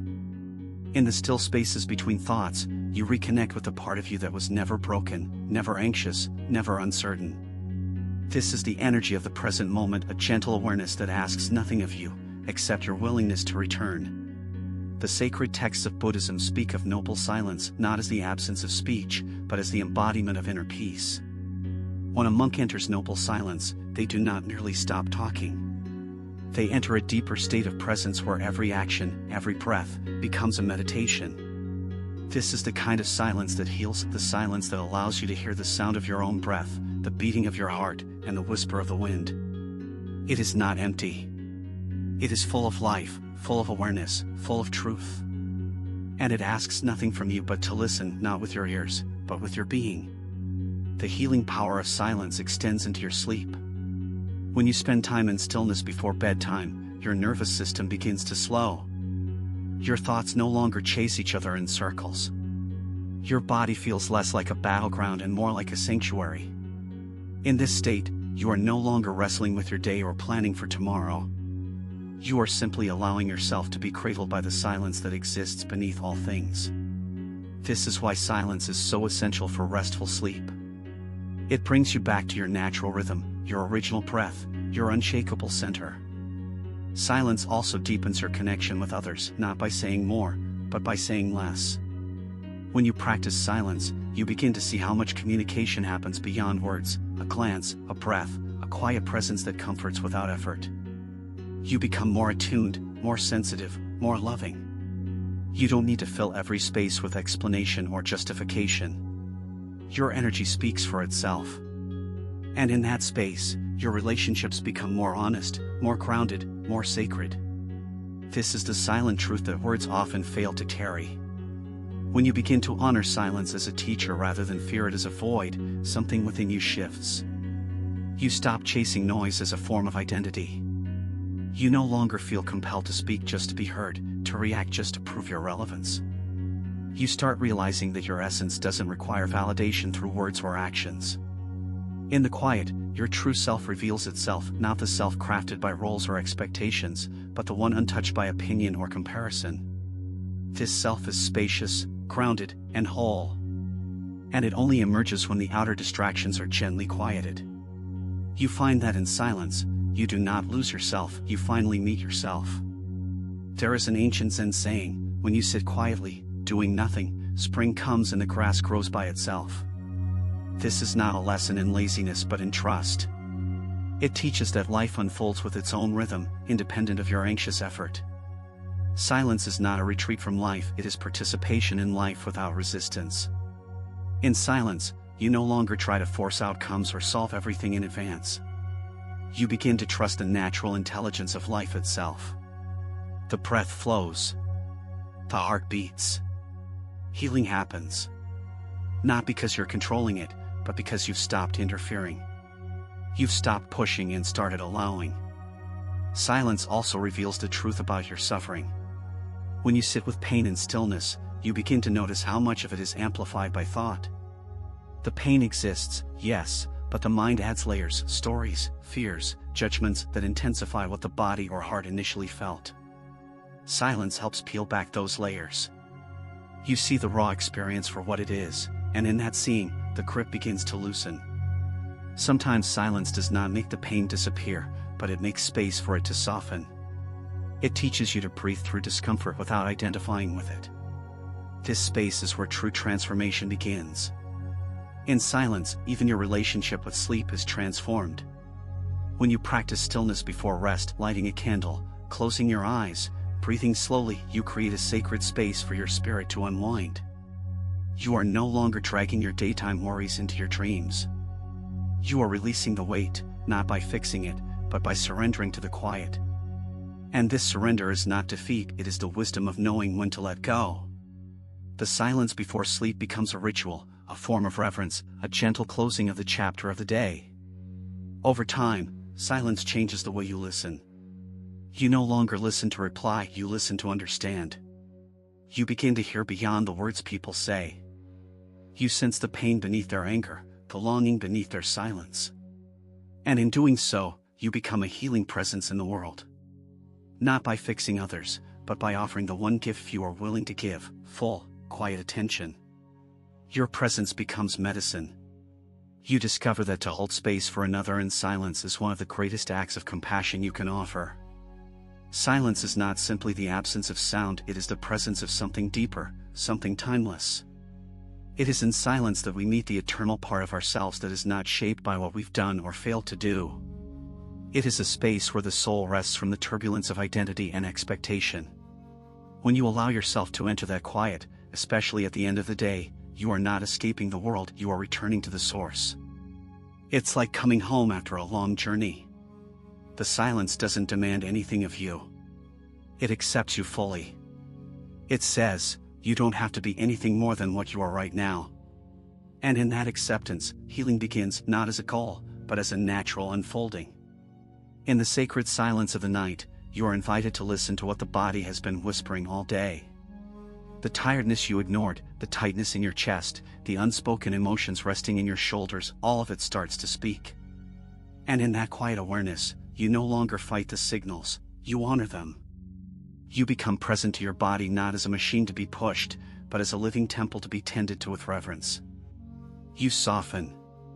You slow down. You let go of the habit of overriding your own needs in the name of productivity. And in doing so, you create the conditions for your nervous system to relax, for your dreams to be peaceful, and for your heart to return to its natural rhythm. The world often teaches us to speak louder, to shout over each other to be heard, to brand ourselves with opinions and volume. But Buddhism teaches something different, that true wisdom often arises from those who know how to be still. In silence, your insight deepens not because you are thinking harder, but because you are thinking less. Your thoughts settle like dust in still water, and in that clarity, the truth that was always there becomes visible. Not as a concept, but as a felt reality. You begin to see how much noise is just fear disguised as urgency. How many words are just a mask for insecurity. And when you see this clearly, you no longer feed the noise. You return to presence. There is profound spiritual courage in choosing silence in a world addicted to distraction. It requires you to be with yourself, without stimulation or escape. But this courage is rewarded with something the world cannot offer: inner peace. In the silence, you remember that your worth was never tied to your performance. That your essence doesn't depend on being seen, heard, or praised. It simply is. This remembrance is sacred. It is the ground from which true love arises, love for yourself and for others, not based on roles or conditions, but on the shared human longing for peace and wholeness. And this kind of love blooms best in silence. Silence, then, is not empty, it is full. Full of life, full of truth, full of grace. When you learn to embrace it, not as a void but as a sanctuary, it changes how you move through the world. You no longer rush to fill every gap. You no longer fear quiet moments in conversation or solitude. You begin to understand that everything meaningful, healing, forgiveness, clarity happens in the space between. And so, when you lie in bed tonight, let yourself be held by that silence. Let it wrap around you like a soft blanket. Let it be the language of your soul. Let it carry you into a sleep that isn't just rest for the body, but a return to the deepest truth of who you are. There comes a moment, just before sleep, when everything external begins to fade, the lights dim, the noise quiets, and all that remains is the sound of your own breath. In that moment, you can choose to carry the weight of the day with you, or you can surrender to the silence that is patiently waiting. Most people bring their unrest to bed, worries about tomorrow, regrets from the past, the endless looping thoughts of what if. But the teachings of the Buddha remind us that peace is always available, not through answers or control, but through presence. And nothing anchors you more fully into presence than the embrace of silence. It doesn't solve your problems, it dissolves your attachment to them. Like the ocean smoothing jagged stones over time, silence softens even your sharpest fears. When you enter silence with awareness, you begin to witness the subtle layers of yourself that usually remain hidden beneath activity. You notice the part of you that always wants to fix, to analyze, to achieve. But in silence, there is nothing to fix. No battle to fight. No persona to uphold. Just the soft beingness of this moment. And in that spaciousness, you rediscover a version of yourself that doesn't need improvement, only attention. Compassion naturally arises here. Not because you force it, but because it was always waiting underneath the noise.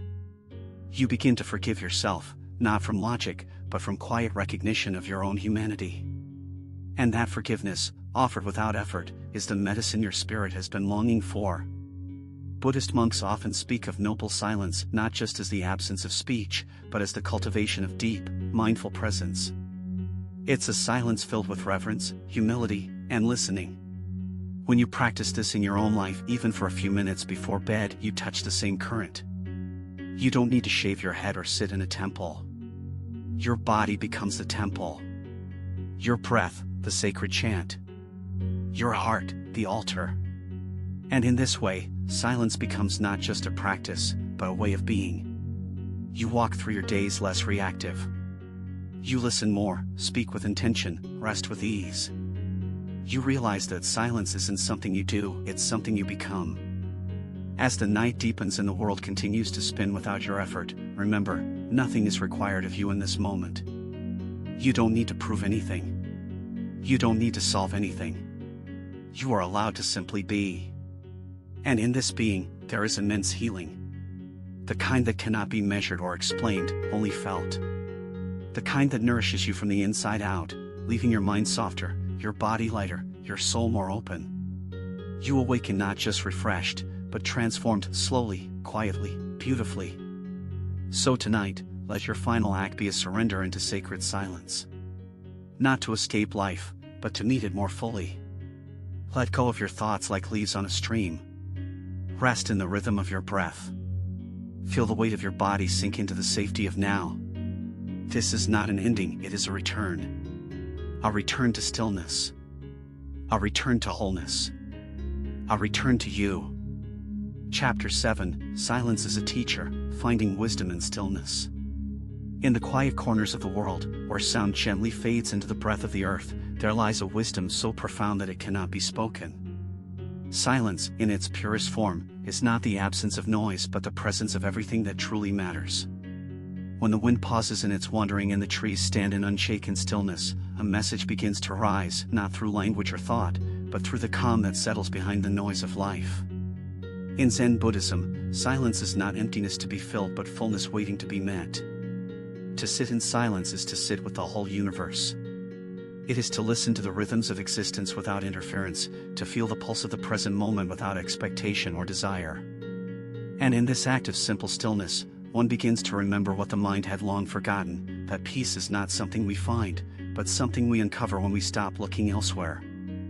We are born into a world that teaches us to speak, to express, to act, to chase, and to strive. From our earliest breath, we are trained to fill the void with our voice, our ambitions, our endless stream of doing. Yet, in the sacred teachings of the Buddha, there is a quiet invitation, a call to listen instead of speak, to sit instead of run, to simply be instead of constantly become. Silence is not a punishment or retreat from life, it is life itself unmasked. When we stop filling the space around us with sound, we start hearing the echoes of our true nature. What remains in that space is the raw awareness of existence.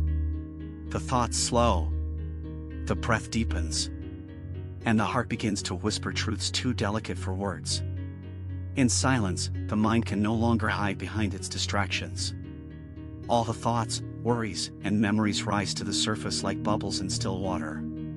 For many, this is uncomfortable. We are not used to facing ourselves without distraction. But this is precisely the doorway to transformation. In Buddhism, it is said that suffering is not caused by the presence of pain, but by our resistance to it. Silence brings this resistance into focus. It reveals how often we run from discomfort instead of sitting with it and listening to what it has to teach us. When we stop resisting what arises in stillness, we begin to understand that pain is not the enemy. It is the messenger. And the message is always the same: be here now. Listen. Let go. The most profound healing does not come through words or analysis, but through being fully present with what is.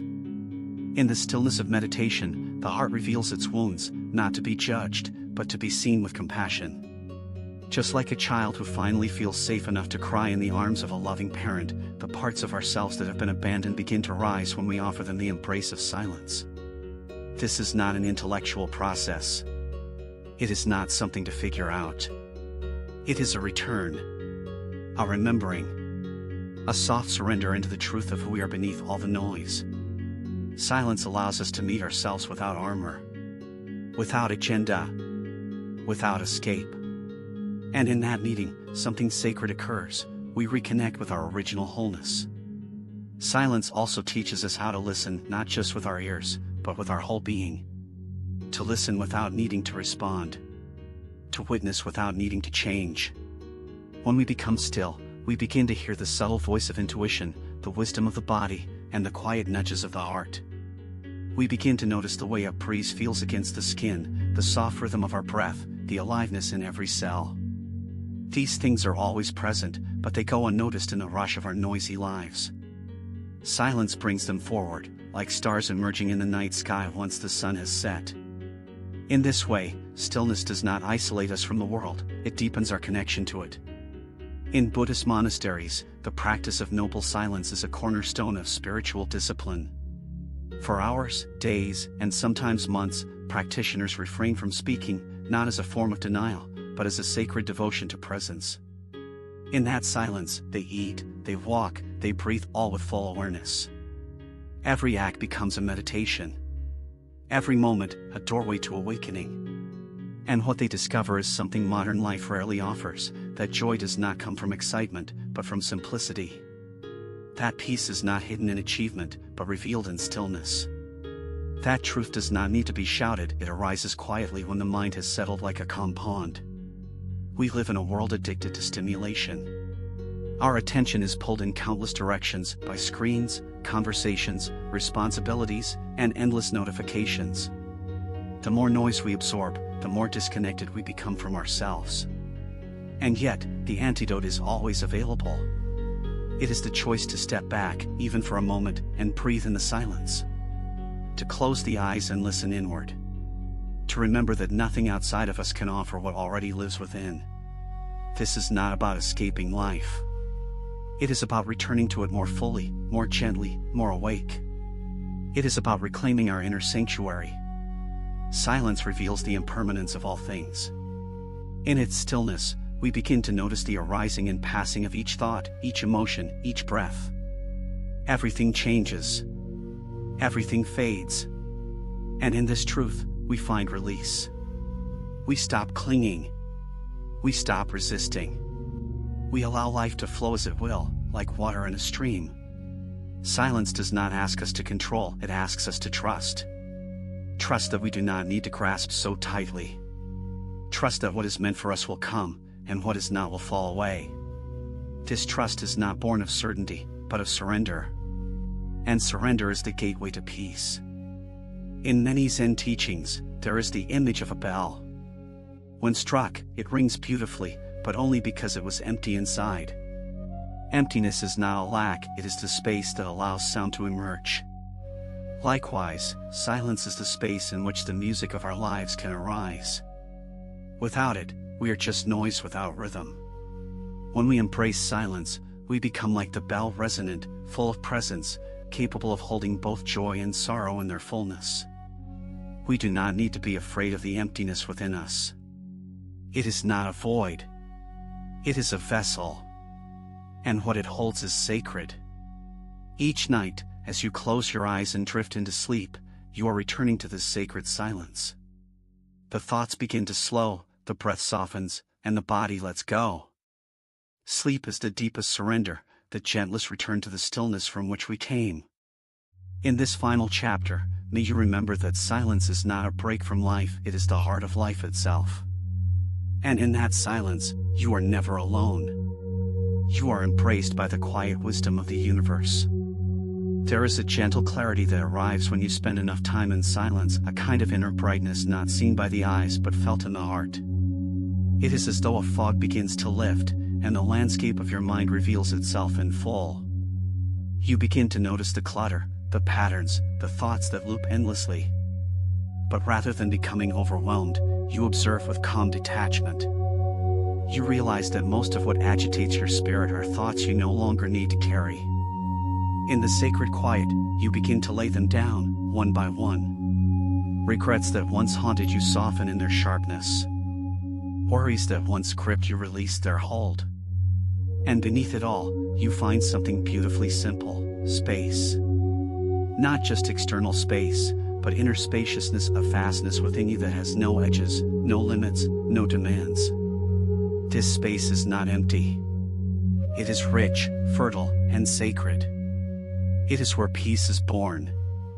The mind, when untended, is like a monkey leaping from branch to branch, endlessly chasing after one thing or another. But in silence, the monkey tires. It begins to rest. And in that rest, a deeper intelligence awakens. Buddhist teachers often speak of the beginner's mind, a state of openness, of not knowing, of seeing the world without filters. This mind is available to us not through knowledge or striving, but through silence. In beginner's mind, every breath is a miracle. Every sound is a song. Every sensation is a portal to presence. And in this presence, suffering dissolves. Not because life becomes easier, but because we are no longer resisting what is. We are simply here, awake, aware, at peace. Stillness reveals not only our thoughts but also our deepest wounds. The things we have buried beneath activity and distraction begin to surface when the noise fades. Old grief, lingering shame, unresolved fears all rise like forgotten ghosts seeking light. This is why silence can be so intimidating. It asks us to face what we've avoided. But it also offers something rare, a safe space in which to heal. When you sit quietly with your pain, without judgment or story, it begins to shift. It no longer controls you. It becomes part of your path, not your prison. Like a knot slowly untying, the tightness within you loosens. And with each breath, you reclaim more of yourself. In many spiritual traditions, silence is considered a form of prayer. Not a prayer of words, but a prayer of being. a silent communion with the mystery of life. When we stop talking, we begin to hear. When we stop striving, we begin to receive. And what we receive is not always answers, but presence, clarity, and peace.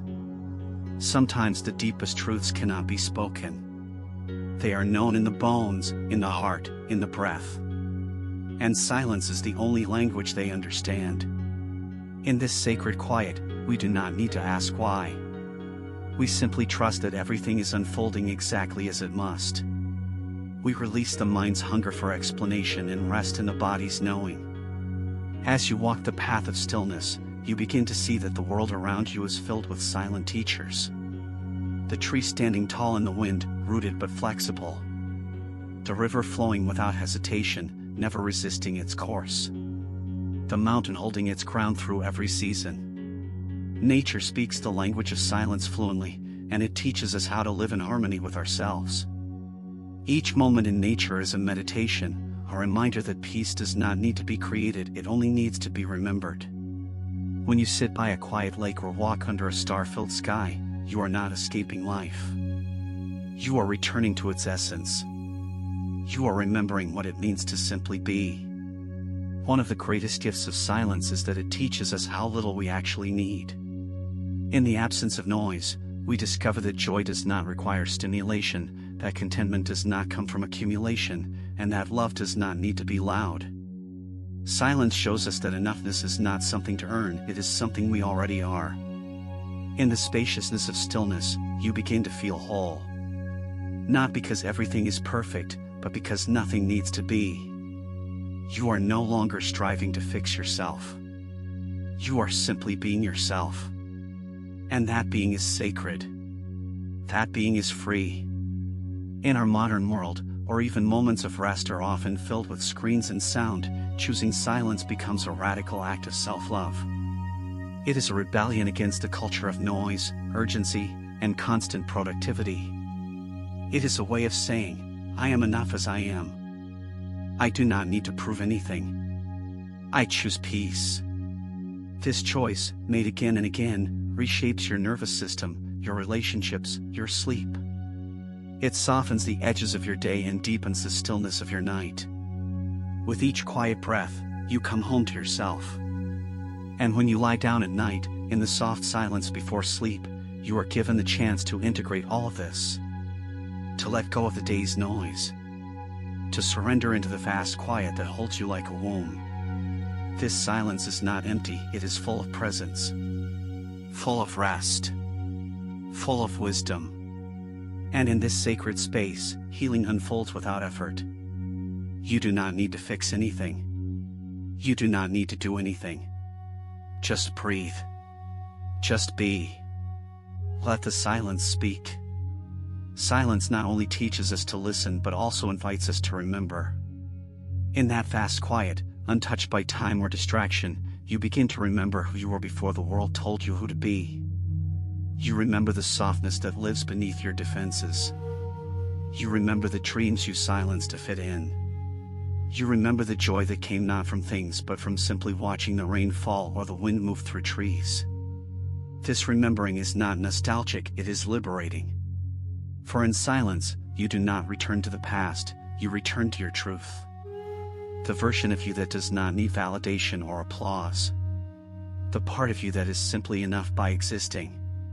The silence becomes a mirror, and in its still reflection, you see yourself clearly, without masks, without noise, without fear.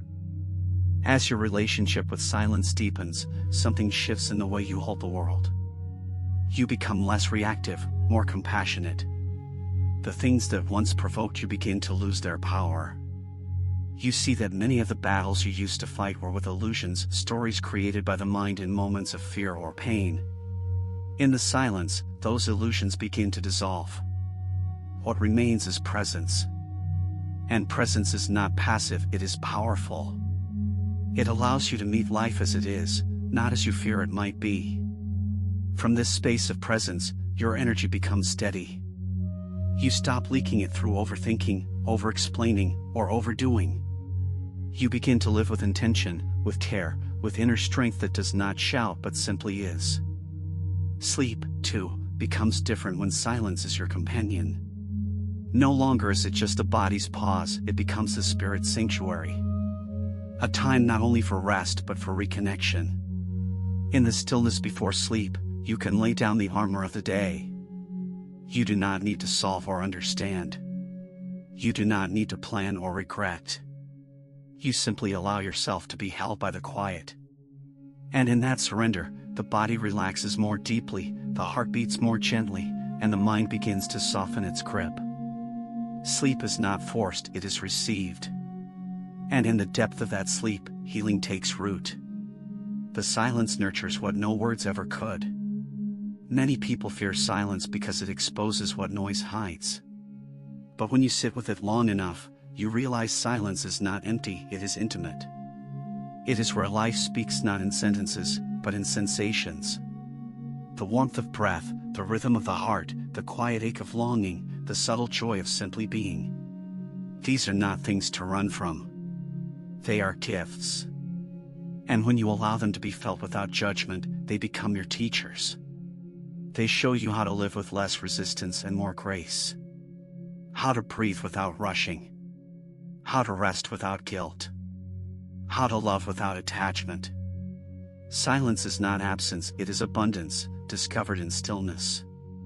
There will always be noise in the outer world, voices, demands, distractions.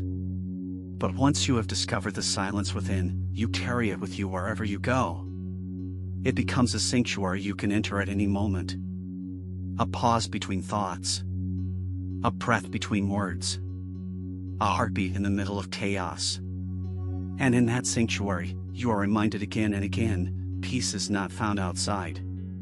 It is cultivated within. Through presence.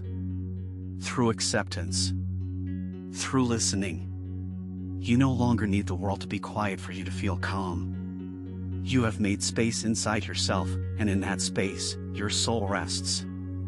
Even in conversations, silence becomes a guide. You begin to speak less, but with more meaning. You no longer feel the need to fill every gap with words. You are comfortable with stillness between sentences, with pauses that let the truth land. And people feel it. They feel the depth in your quiet. The authenticity in your presence. Silence makes your words more sacred, because they arise not from habit, but from awareness. In a world that often values volume over depth, your silence becomes an offering. A gentle reminder that wisdom doesn't shout. It listens. It waits. It breathes.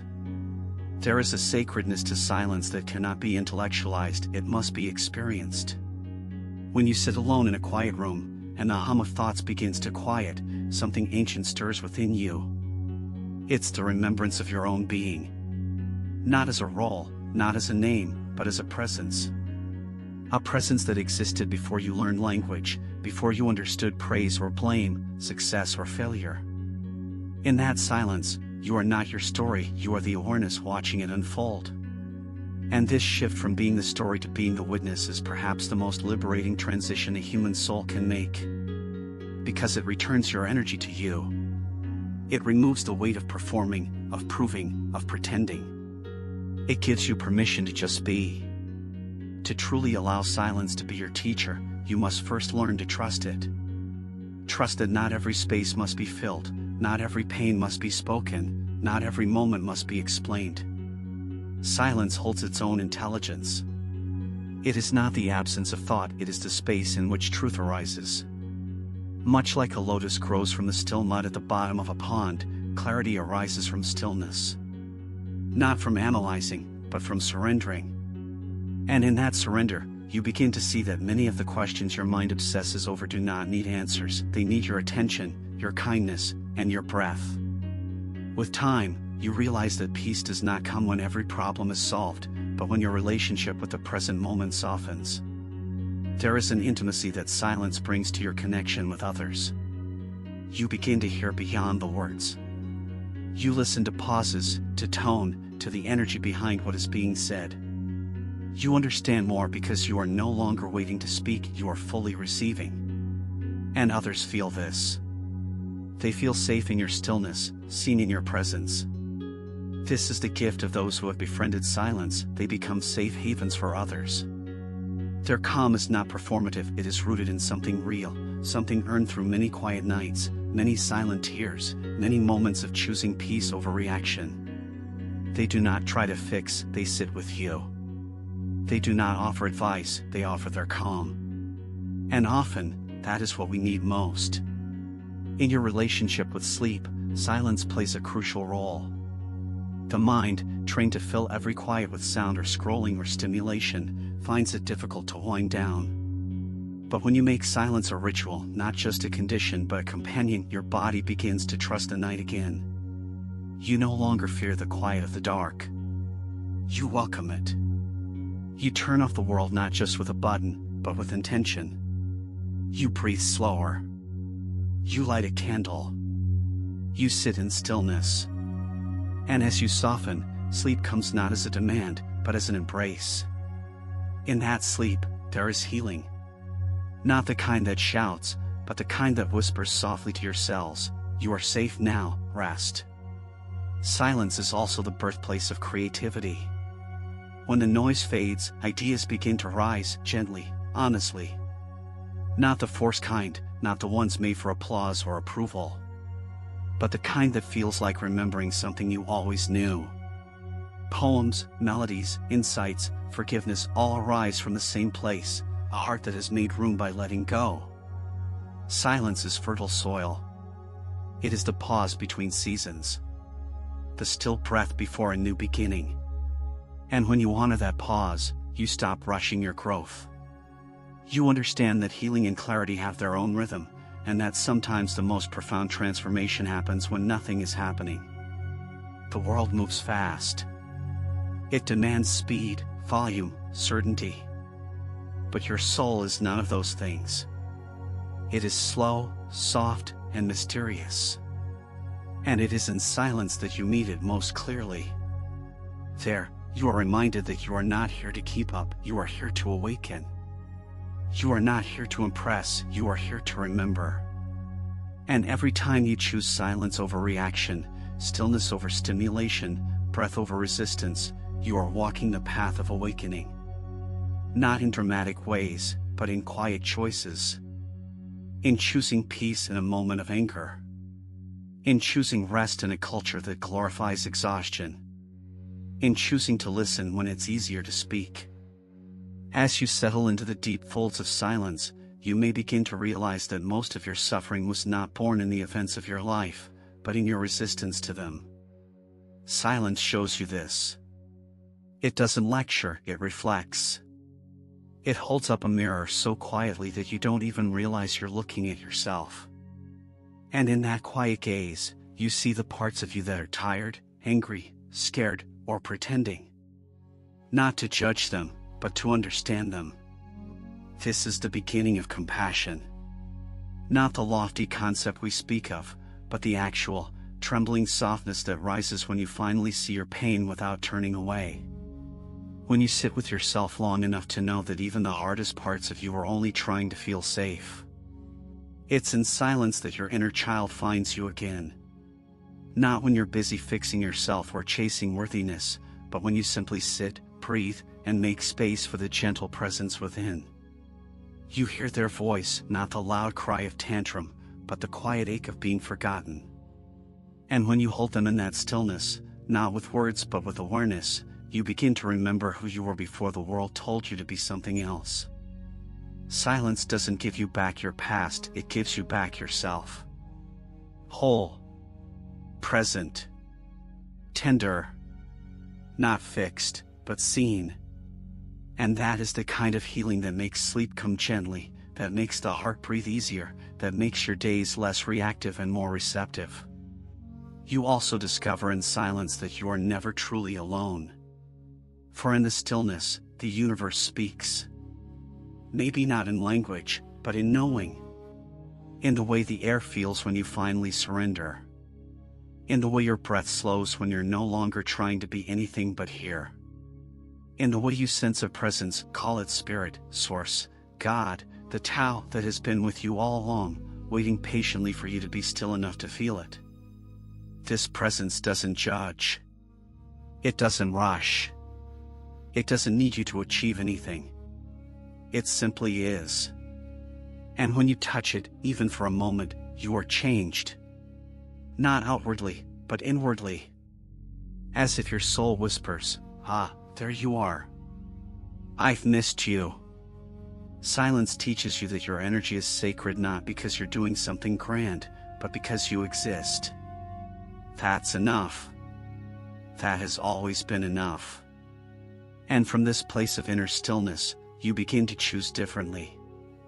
You no longer give your attention away so freely. You no longer react to everything that pokes at your peace. You learn the power of pause, of softening, of saying no without guilt and yes with your whole heart. You don't need to explain yourself anymore. Your silence speaks for you. And it says, "I am at peace, and I will protect this peace with grace." When the world around you becomes loud again, as it inevitably will, you now carry a silence within that cannot be shaken. A sanctuary. A refuge. A quiet place you can return to any time you close your eyes and breathe. You carry it into your relationships, into your work, into your rest. You become a living reminder that peace is possible, even here, even now. And that sleep, true sleep, comes not just from a tired body, but from a heart that feels held. Held by your own presence. Held by the stillness. Held by the great silence that has always loved you, even when you didn't love yourself. Let this be your practice now. Not perfection. Not constant clarity. But returning again and again to silence. Not to escape life, but to meet it fully. Not to shut out the world, but to step into it with gentleness. Let silence be your teacher, your healer, your guide. And when you lay your head down to rest tonight, may you do so not as someone chasing peace, but as someone who has remembered where it lives. Inside you. In the quiet. Where you've always been enough. Where you've always been whole. Where you are finally, deeply, truly, home. Chapter 8, Trusting the Universe, Releasing the Illusion of Control. There is a quiet power in surrender. Not the surrender that comes from defeat, but the kind born from wisdom. The wisdom that understands control is a beautiful illusion. We try to script every moment of our lives, believing that with just enough effort, planning, and precision, we can mold the world to our desires. But life is fast, mysterious, and wild. It has its own rhythm, its own flow, and its own timing. The more we try to force it into a shape we deem perfect, the more we suffer.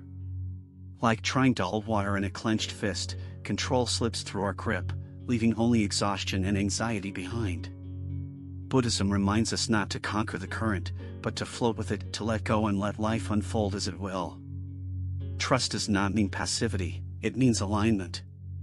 It means choosing peace over panic, flow over force, and presence over prediction. To trust the universe is to breathe deeply when things don't go according to plan. It is to smile at the detour, the delay, the unanswered prayer, knowing that something unseen is working in our favor. Often, what we label as obstacles are sacred interventions, nudging us onto paths of deeper growth, love, and awakening. But to see this, we must quiet the mind that fears uncertainty and open the heart that embraces mystery. Trusting the universe is not about believing everything will go your way, it is about knowing that whatever comes your way is for your highest good, even if it arrives wrapped in discomfort. This trust softens our inner world. It soothes the tight places in our chest and silences the voice that always asks, "What if?" It teaches us to say instead, "Even if, I will be okay." When we cling to control, we make ourselves small. We shrink the vastness of existence into a narrow corridor of our own expectations. In that corridor, there's no room for miracles, no space for grace. The spiritual path invites us to step outside that corridor and into the open sky of possibility. Letting go does not mean we stop caring. It means we begin to care in a new way, one rooted in trust rather than fear. We act, but we release the outcome. We plant seeds, but we don't dig them up to check their growth. We give our best, but we do not let our peace depend on results. In this spaciousness, we find freedom. Not the freedom to control everything, but the freedom to no longer need to. At night, when sleep eludes you and your thoughts chase each other in endless loops, ask yourself, what am I trying to control? The mind that cannot rest is often the mind that cannot let go. Buddhist wisdom teaches us to breathe into this restlessness, not to resist it. Each inhale is an opportunity to receive. Each exhale, an invitation to release. Let your breath remind you, you are not alone in this universe. There is a deeper intelligence at work, a force more ancient than fear, more tender than your doubt. You don't have to know all the answers tonight. You don't have to solve it all before the morning. You only need to rest in this moment, right now, with trust. The universe is not against you. It is not testing you or trying to punish you. It is responding to the vibration of your heart, the intentions of your soul, and the lessons your spirit came here to learn. Sometimes it teaches through ease, sometimes through challenge. But always, it teaches with love. When we resist life's flow, we suffer twice, once from the pain of the moment, and again from our refusal to accept it. But when we trust, we open ourselves to grace. We allow life to move through us, rather than against us. Trusting the universe means saying yes, even to the unanswered questions. It means bowing in humility to the mystery that is this life, this breath, this night. To live in harmony with the universe is not to abandon effort, but to shift the quality of that effort. It is no longer driven by fear, but guided by faith. When we try to micromanage life, we often find ourselves trapped in a cycle of tension and exhaustion. We feel the need to anticipate every outcome, prevent every misstep, and solve every unknown. But the truth is, so much of life is beyond our mental grasp. Trying to control what is uncontrollable only leads to resistance. And resistance is the root of suffering. Buddhist teachings offer us a gentler way, right effort. This means acting with clarity and intention, while surrendering attachment to results. It means showing up fully, then letting go with grace. It is the balance of movement and stillness, of purpose and peace. This surrender is not weakness, it is wisdom. It is the deep recognition that you are not the center of the universe, but a part of it. You are not separate from the flow of life, you are an expression of it. And when you align yourself with that flow, you begin to feel supported, carried, and guided in ways you may not have noticed before. Signs appear. Synchronicities unfold. A sense of calm begins to settle in your bones, even when things appear chaotic on the surface. You start to realize that trust is not blind, it's a deeper seeing. It is the ability to feel safe even in the unknown. To whisper to yourself, I don't know what's coming, but I trust that I will meet it with peace. The illusion of control is seductive because it gives the ego something to hold on to. But spiritual growth is not about feeding the ego, it's about softening it. When you let go of control, you allow humility to enter. You admit that you do not have all the answers, and that is okay. You begin to observe rather than interfere, to listen rather than impose. In this space of humility, life becomes a teacher again. Every moment offers wisdom. Every encounter becomes sacred. And you stop needing life to match your script in order to feel secure. Instead, you begin to feel secure because you are grounded in something deeper than circumstance, your own inner stillness. Trusting the universe also means trusting your own path. So often, we compare our journey to others, wondering if we're behind, if we've failed, if we've missed something essential. But your journey is uniquely yours. The timing, the lessons, the growth, all of it is tailored to your soul's unfolding. Comparison distorts this sacred process. It makes you question your worth, your progress, your light. But trust reminds you that where you are is exactly where you need to be. You are not late. You are not lost. You are living a story only you can live, and the universe is guiding you through it, step by step. Even the detours have meaning. Even the delays are purposeful. At the end of the day, when you lie in bed and the quiet surrounds you, there is one question that matters most. Can I let go, just for tonight? Can I stop fighting what is, release what was, and surrender to what will be?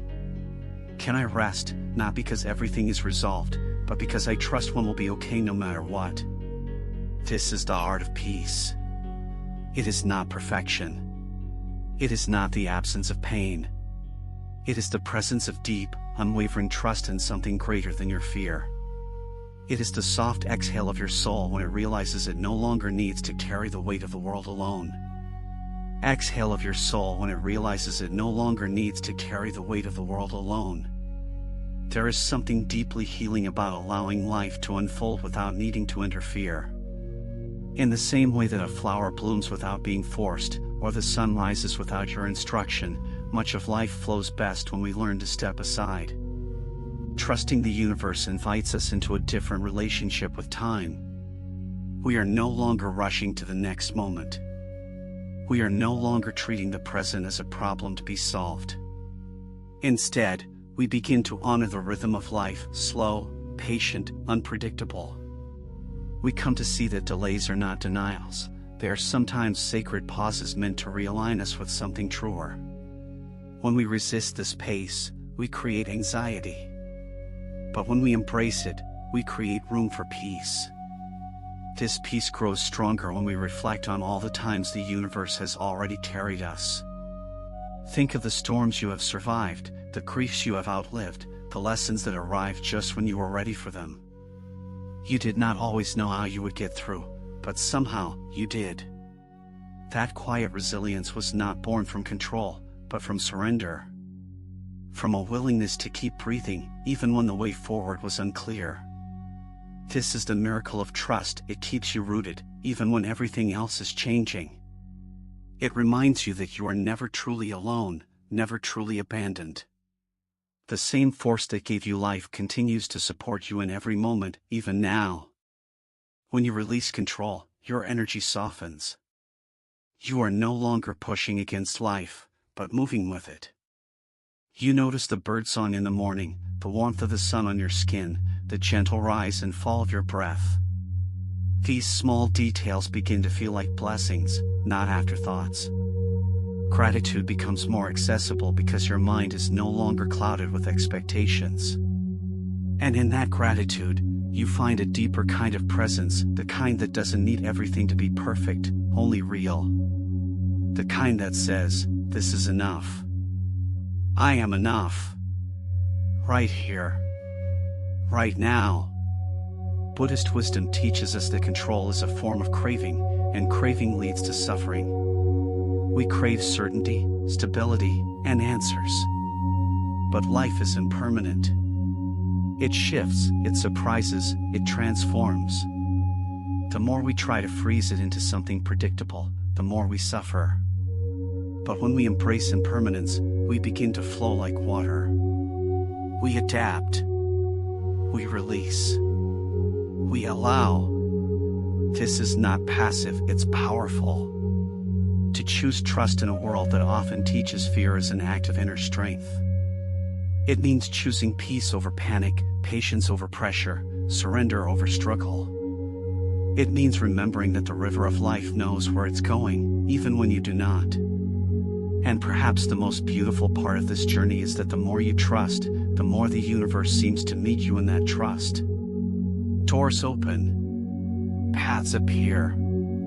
People show up at just the right time. This isn't magic, it's alignment. When you're no longer consumed by control, you are free to notice the gentle guidance that life is always offering. Your intuition grows clearer. Your heart becomes lighter. And your nights, once filled with worry, begin to soften into restful sleep. Because peace does not come from having all the answers. It comes from believing, deep in your being, that you are held by something vast, kind, and wise. The fear of letting go often comes from a belief that if we don't hold everything together, everything will fall apart. This belief is exhausting. It forces us to live in hypervigilance, to micromanage our emotions, our outcomes, even the people we love. But the truth is, life is not something we can manage like a project. It is something we experience, something we move through with presence and humility. When we finally loosen our grip, we begin to see that we were never meant to carry so much. Not every burden is ours. Not every outcome is ours to control. This insight doesn't make us weak, it makes us free. Free to breathe, to be, to rest. In Buddhist thought, we are invited to walk the middle way, not clinging, not resisting, simply being in harmony with the truth of each moment. That truth is often uncertain, but it is also full of grace. To trust the universe is not to expect that things will always go your way. It is to believe that even when they don't, you will still be okay. This trust is like an anchor in a storm. It keeps you grounded not in circumstances, but in your own deep knowing. The knowing that you are part of something sacred, something much larger than your plans, your fears, your temporary struggles. There is a great serenity that arrives when we let go of the illusion that we must earn our safety, prove our worth, or constantly fix our lives.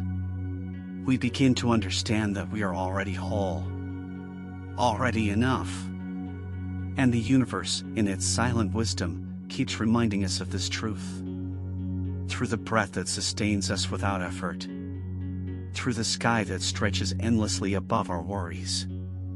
Through the stillness that returns when we stop trying to control everything and simply sit, be, listen. This is the path home. This is what trust feels like, soft, warm, steady. And what a gift it is to fall asleep in that trust.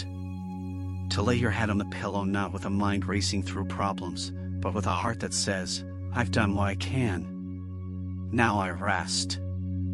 In that rest, the body heals. The spirit replenishes.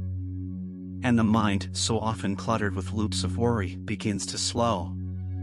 Sleep becomes a sacred return, a daily surrender. And you discover that trust doesn't just lead to peace during the day, it blesses your nights too. It allows you to drift into the darkness not with fear, but with gratitude.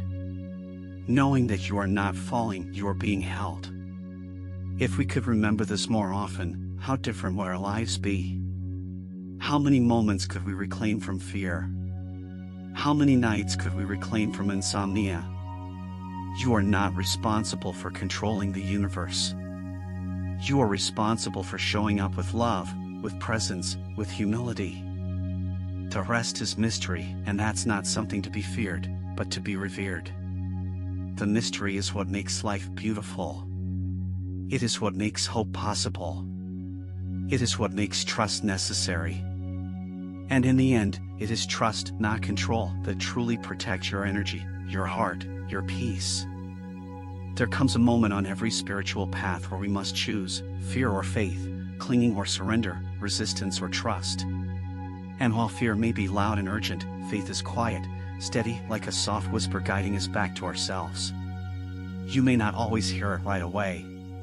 It often comes in the silence, in the stillness after the storm. It's not something you force. It's something you allow. Trust grows slowly, like a flower in spring. It unfolds in layers, each one revealing the beauty of letting go.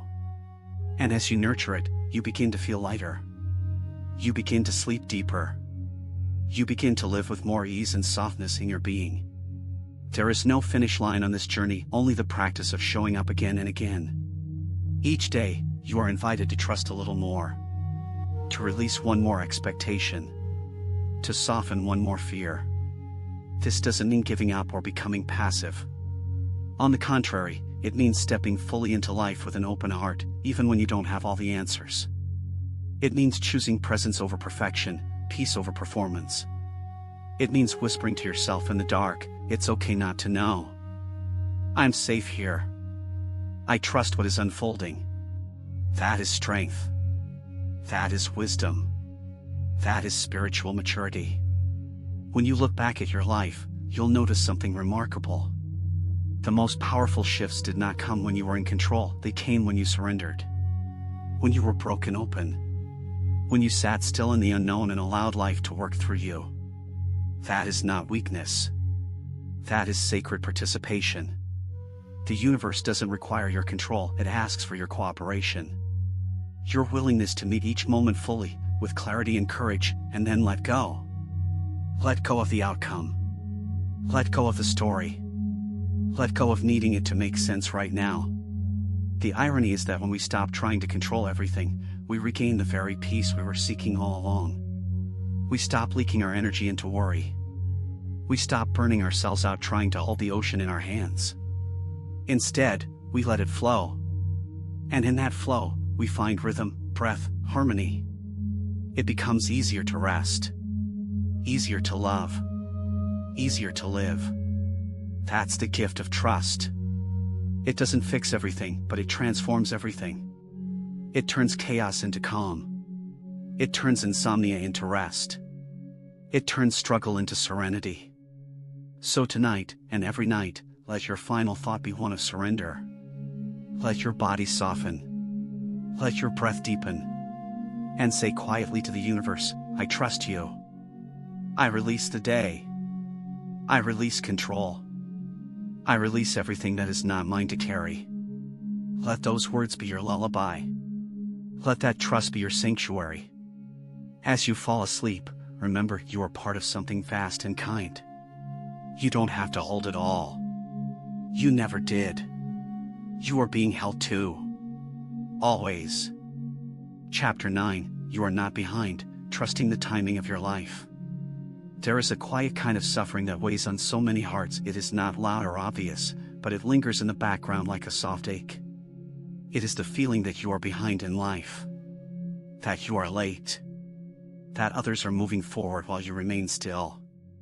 It whispers in the spaces between moments, especially at night, when the noise of the world has faded and only your thoughts remain. In the darkness, you may hear the voices of comparison, the inner critic measuring your worth by timelines and milestones. But Buddhist wisdom invites us to pause here, to sit gently with that feeling, and to ask, what if there is no such thing as being behind? The idea that you must meet certain milestones by a certain age is not a truth, it is a story, a social illusion wrapped in fear and comparison. Nature does not hurry, yet everything blooms in its own time. The cherry blossom does not envy the pine tree. The ocean does not compare itself to the sky. And yet, humans often judge themselves by the pace of others, forgetting that each soul has its own sacred rhythm. In the teachings of Zen, there is great reverence for unfolding, for the organic, slow movement of awakening. Life is not a race. It is not linear. It is not a checklist to be completed. It is a spiral, a dance, a mystery.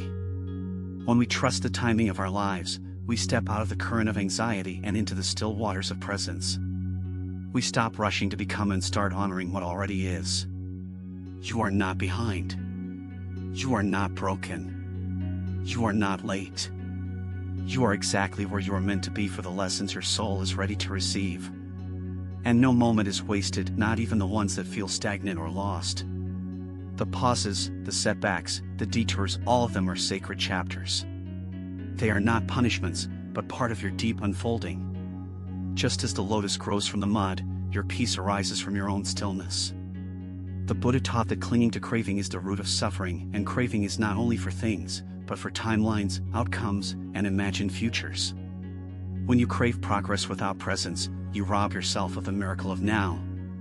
And yet, when you stop measuring yourself by the calendar, you begin to feel space in your chest again. You breathe deeper. You sleep easier. You soften into what is. That is where true peace begins, in the surrender of rushing, in the radical acceptance of your unique path. If you feel lost, remember this: even the stars disappear before dawn, only to return with a brilliance even more dazzling. Just because you cannot see your progress does not mean it isn't happening. Some growth is silent. Some healing occurs beneath the surface. Some transformations happen in darkness. Be patient with yourself. Do not curse your pace. Trust it. Even now, as you listen, as you breathe, something within you is aligning. Something quiet is shifting. Something sacred is taking root. Let it. There is immense wisdom in learning to wait with grace. Not the passive kind of waiting that breeds impatience, but the kind of sacred waiting that is filled with trust and awareness. In the Buddhist path, this is known as viriya, the energy of right effort without the grasping of urgency. It means showing up to your life without the need to control its pace. It means planting seeds and letting go of when they bloom. It means knowing that even if you cannot yet see the fruit, the roots are growing strong beneath the soil. That kind of faith takes courage in a world obsessed with instant results. You are not behind, because you are not running the same race as anyone else. In fact, there is no race. There is only this moment, this breath, this step. And if your journey has taken longer, if you've walked a winding path, if you've stopped and started again 1,000 times, know this: you have not wasted time. Every pause taught you something. Every fall shaped your resilience. Every detour added depth to your soul. There is no shame in your timing. There is only the sacredness of your unfolding. The mind loves to measure. It seeks to compare, to label, to rank. It asks, what have you achieved? How do you measure up? But the heart, the spirit, the awakened self, they do not speak in metrics. They speak in presence, in compassion, in the beauty of simply being alive. The Buddha did not ask his followers how successful they were. He asked, are you free from suffering? That is the real question. And to be free, you must first untangle yourself from the trap of time-based worth. Sleep, peace, and inner rest come when you are no longer resisting your current place in life. When you stop struggling against the river's flow, you begin to float. You feel supported by the current of existence, no longer trying to swim upstream just because others seem ahead. The trees are not jealous of one another. The moon does not rush to catch up with the sun. Everything moves in divine harmony, and so can you. It is not your job to be on schedule. It is your gift to be awake and gentle with yourself as you move forward, however slowly. If you ever feel like you should have done more by now, breathe. That belief is only a thought, not a truth. Thoughts come and go, but your soul is constant. Your worth is not a reflection of your pace, but of your presence. Sit quietly. Feel your breath. Listen to your heart. You are not behind. You are here. You are alive. And this moment, right now, is full of possibility. There is still time to become, to heal, to love, to rest. Time has not run out. Life is not passing you by. Life is happening now. To truly release the belief that you are behind, you must first become intimate with the present moment. It may sound simple, yet this is one of the most challenging practices of the awakened life, to stay here, now, without wishing to be elsewhere. So much of our suffering comes from the belief that life should be different than it is. That we should already be in another place, with another title, with another outcome. But Buddhism invites us into the radical act of suchness, the deep acceptance of things just as they are. Not resignation. Not complacency. But a profound recognition that peace is not found in some imagined future. It is only ever found in the stillness of this breath. Imagine for a moment that your life has never been off course. Imagine that every delay was divine, every silence sacred, every slow season filled with quiet miracles. What if what you call being stuck was actually a sacred pause, offered to you by the universe so that your soul could rest and realign? What if the waiting was not punishment but protection? So often, we believe that something is wrong because it hasn't happened yet. But the wisdom path teaches that right timing is invisible until it arrives. When the fruit is ripe, it falls. And never before. You are not alone in feeling this ache. So many carry this quiet sorrow, the belief that they failed simply because their life looks different than they expected. But when you speak to the elders, the monks, the teachers who have walked far ahead of us on this path, they do not speak of achievements. They speak of peace, of surrender, of the joy that arrives when you are no longer enslaved by the mind's demands. They remind us that the most beautiful things in life are often the slowest to grow: trust, wisdom, compassion, and deep inner calm. To live freely, you must give yourself permission to move at the speed of your soul. Sometimes that speed will be fast and full of fire. Other times it will be quiet, still, and barely moving. Both are sacred. Both are needed. The oak tree and the bamboo do not bloom at the same time, yet both stand tall in their season. You do not need to force progress. You need only to keep returning to this moment with gentleness and openness. The rest will unfold in ways you cannot yet imagine. When you let go of the belief that you are behind, you make space for joy, for wonder, for awe. You begin to see the small miracles that were always here but hidden beneath your striving.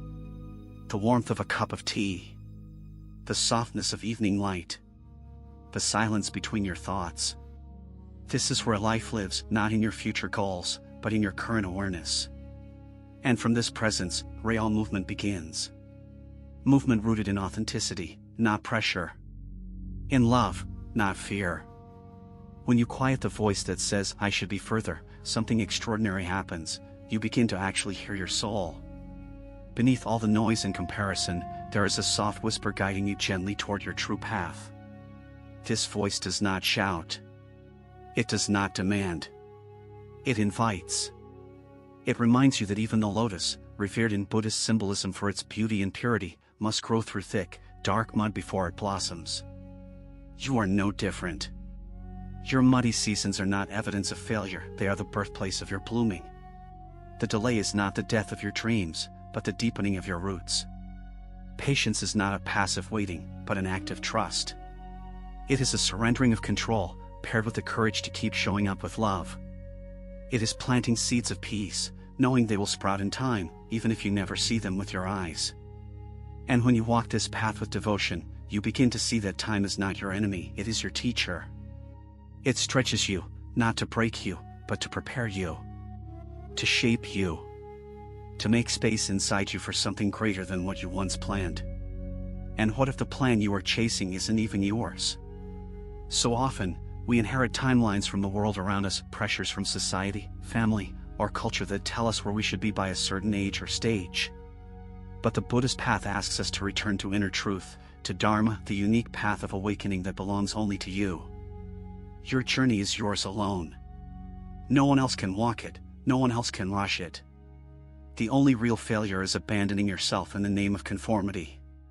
But when you stay faithful to your own rhythm, the peace that arrives is unshakable.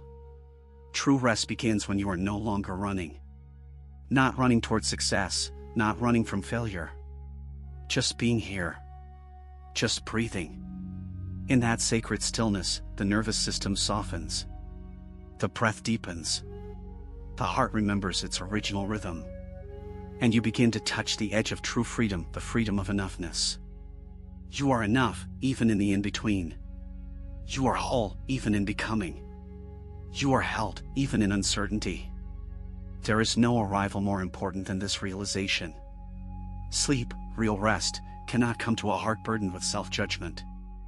But when you say to yourself, "I am not behind," something loosens. Something exhales. And that inner softening is the doorway to peace.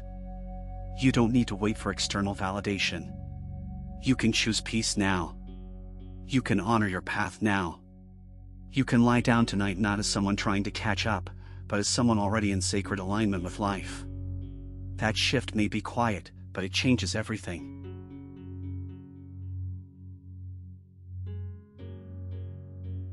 Let this be the moment you forgive yourself for not being further along. Let this be the night you stop punishing your spirit for following its own sacred rhythm. There is no race. No scoreboard.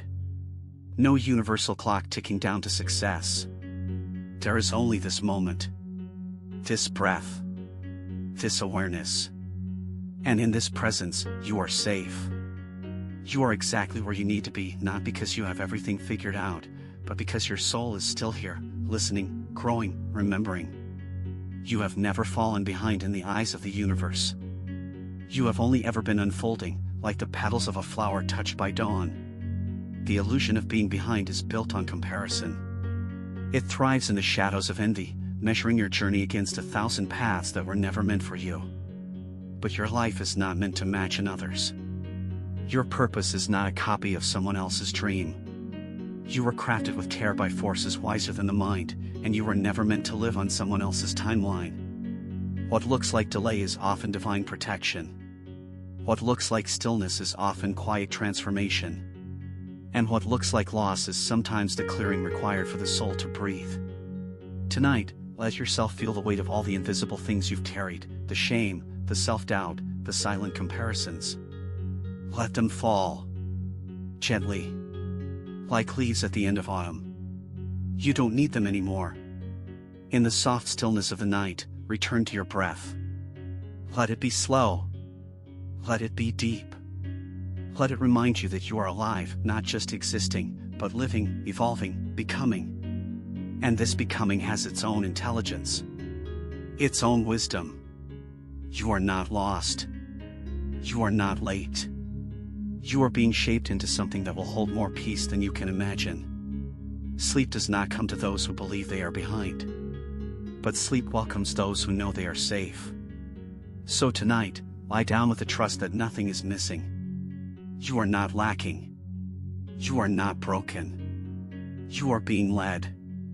With every pause, you are being refined. With every still moment, you are being made whole. And as your body sinks into rest, let this mantra wrap around you like a blanket. I am not behind. I am right where I belong. I trust the timing of my life. This trust will guide you not just through the night, but through the days ahead. It will carry you through doubt, through longing, through all the unknowns. It will remind you, again and again, that the soul does not rush. The spirit does not panic. The heart does not measure worth in speed or status. The heart beats to a different rhythm, one that honors truth, depth, presence, and peace. And in following that rhythm, you will always arrive, not where the world told you to go, but where you were always meant to be.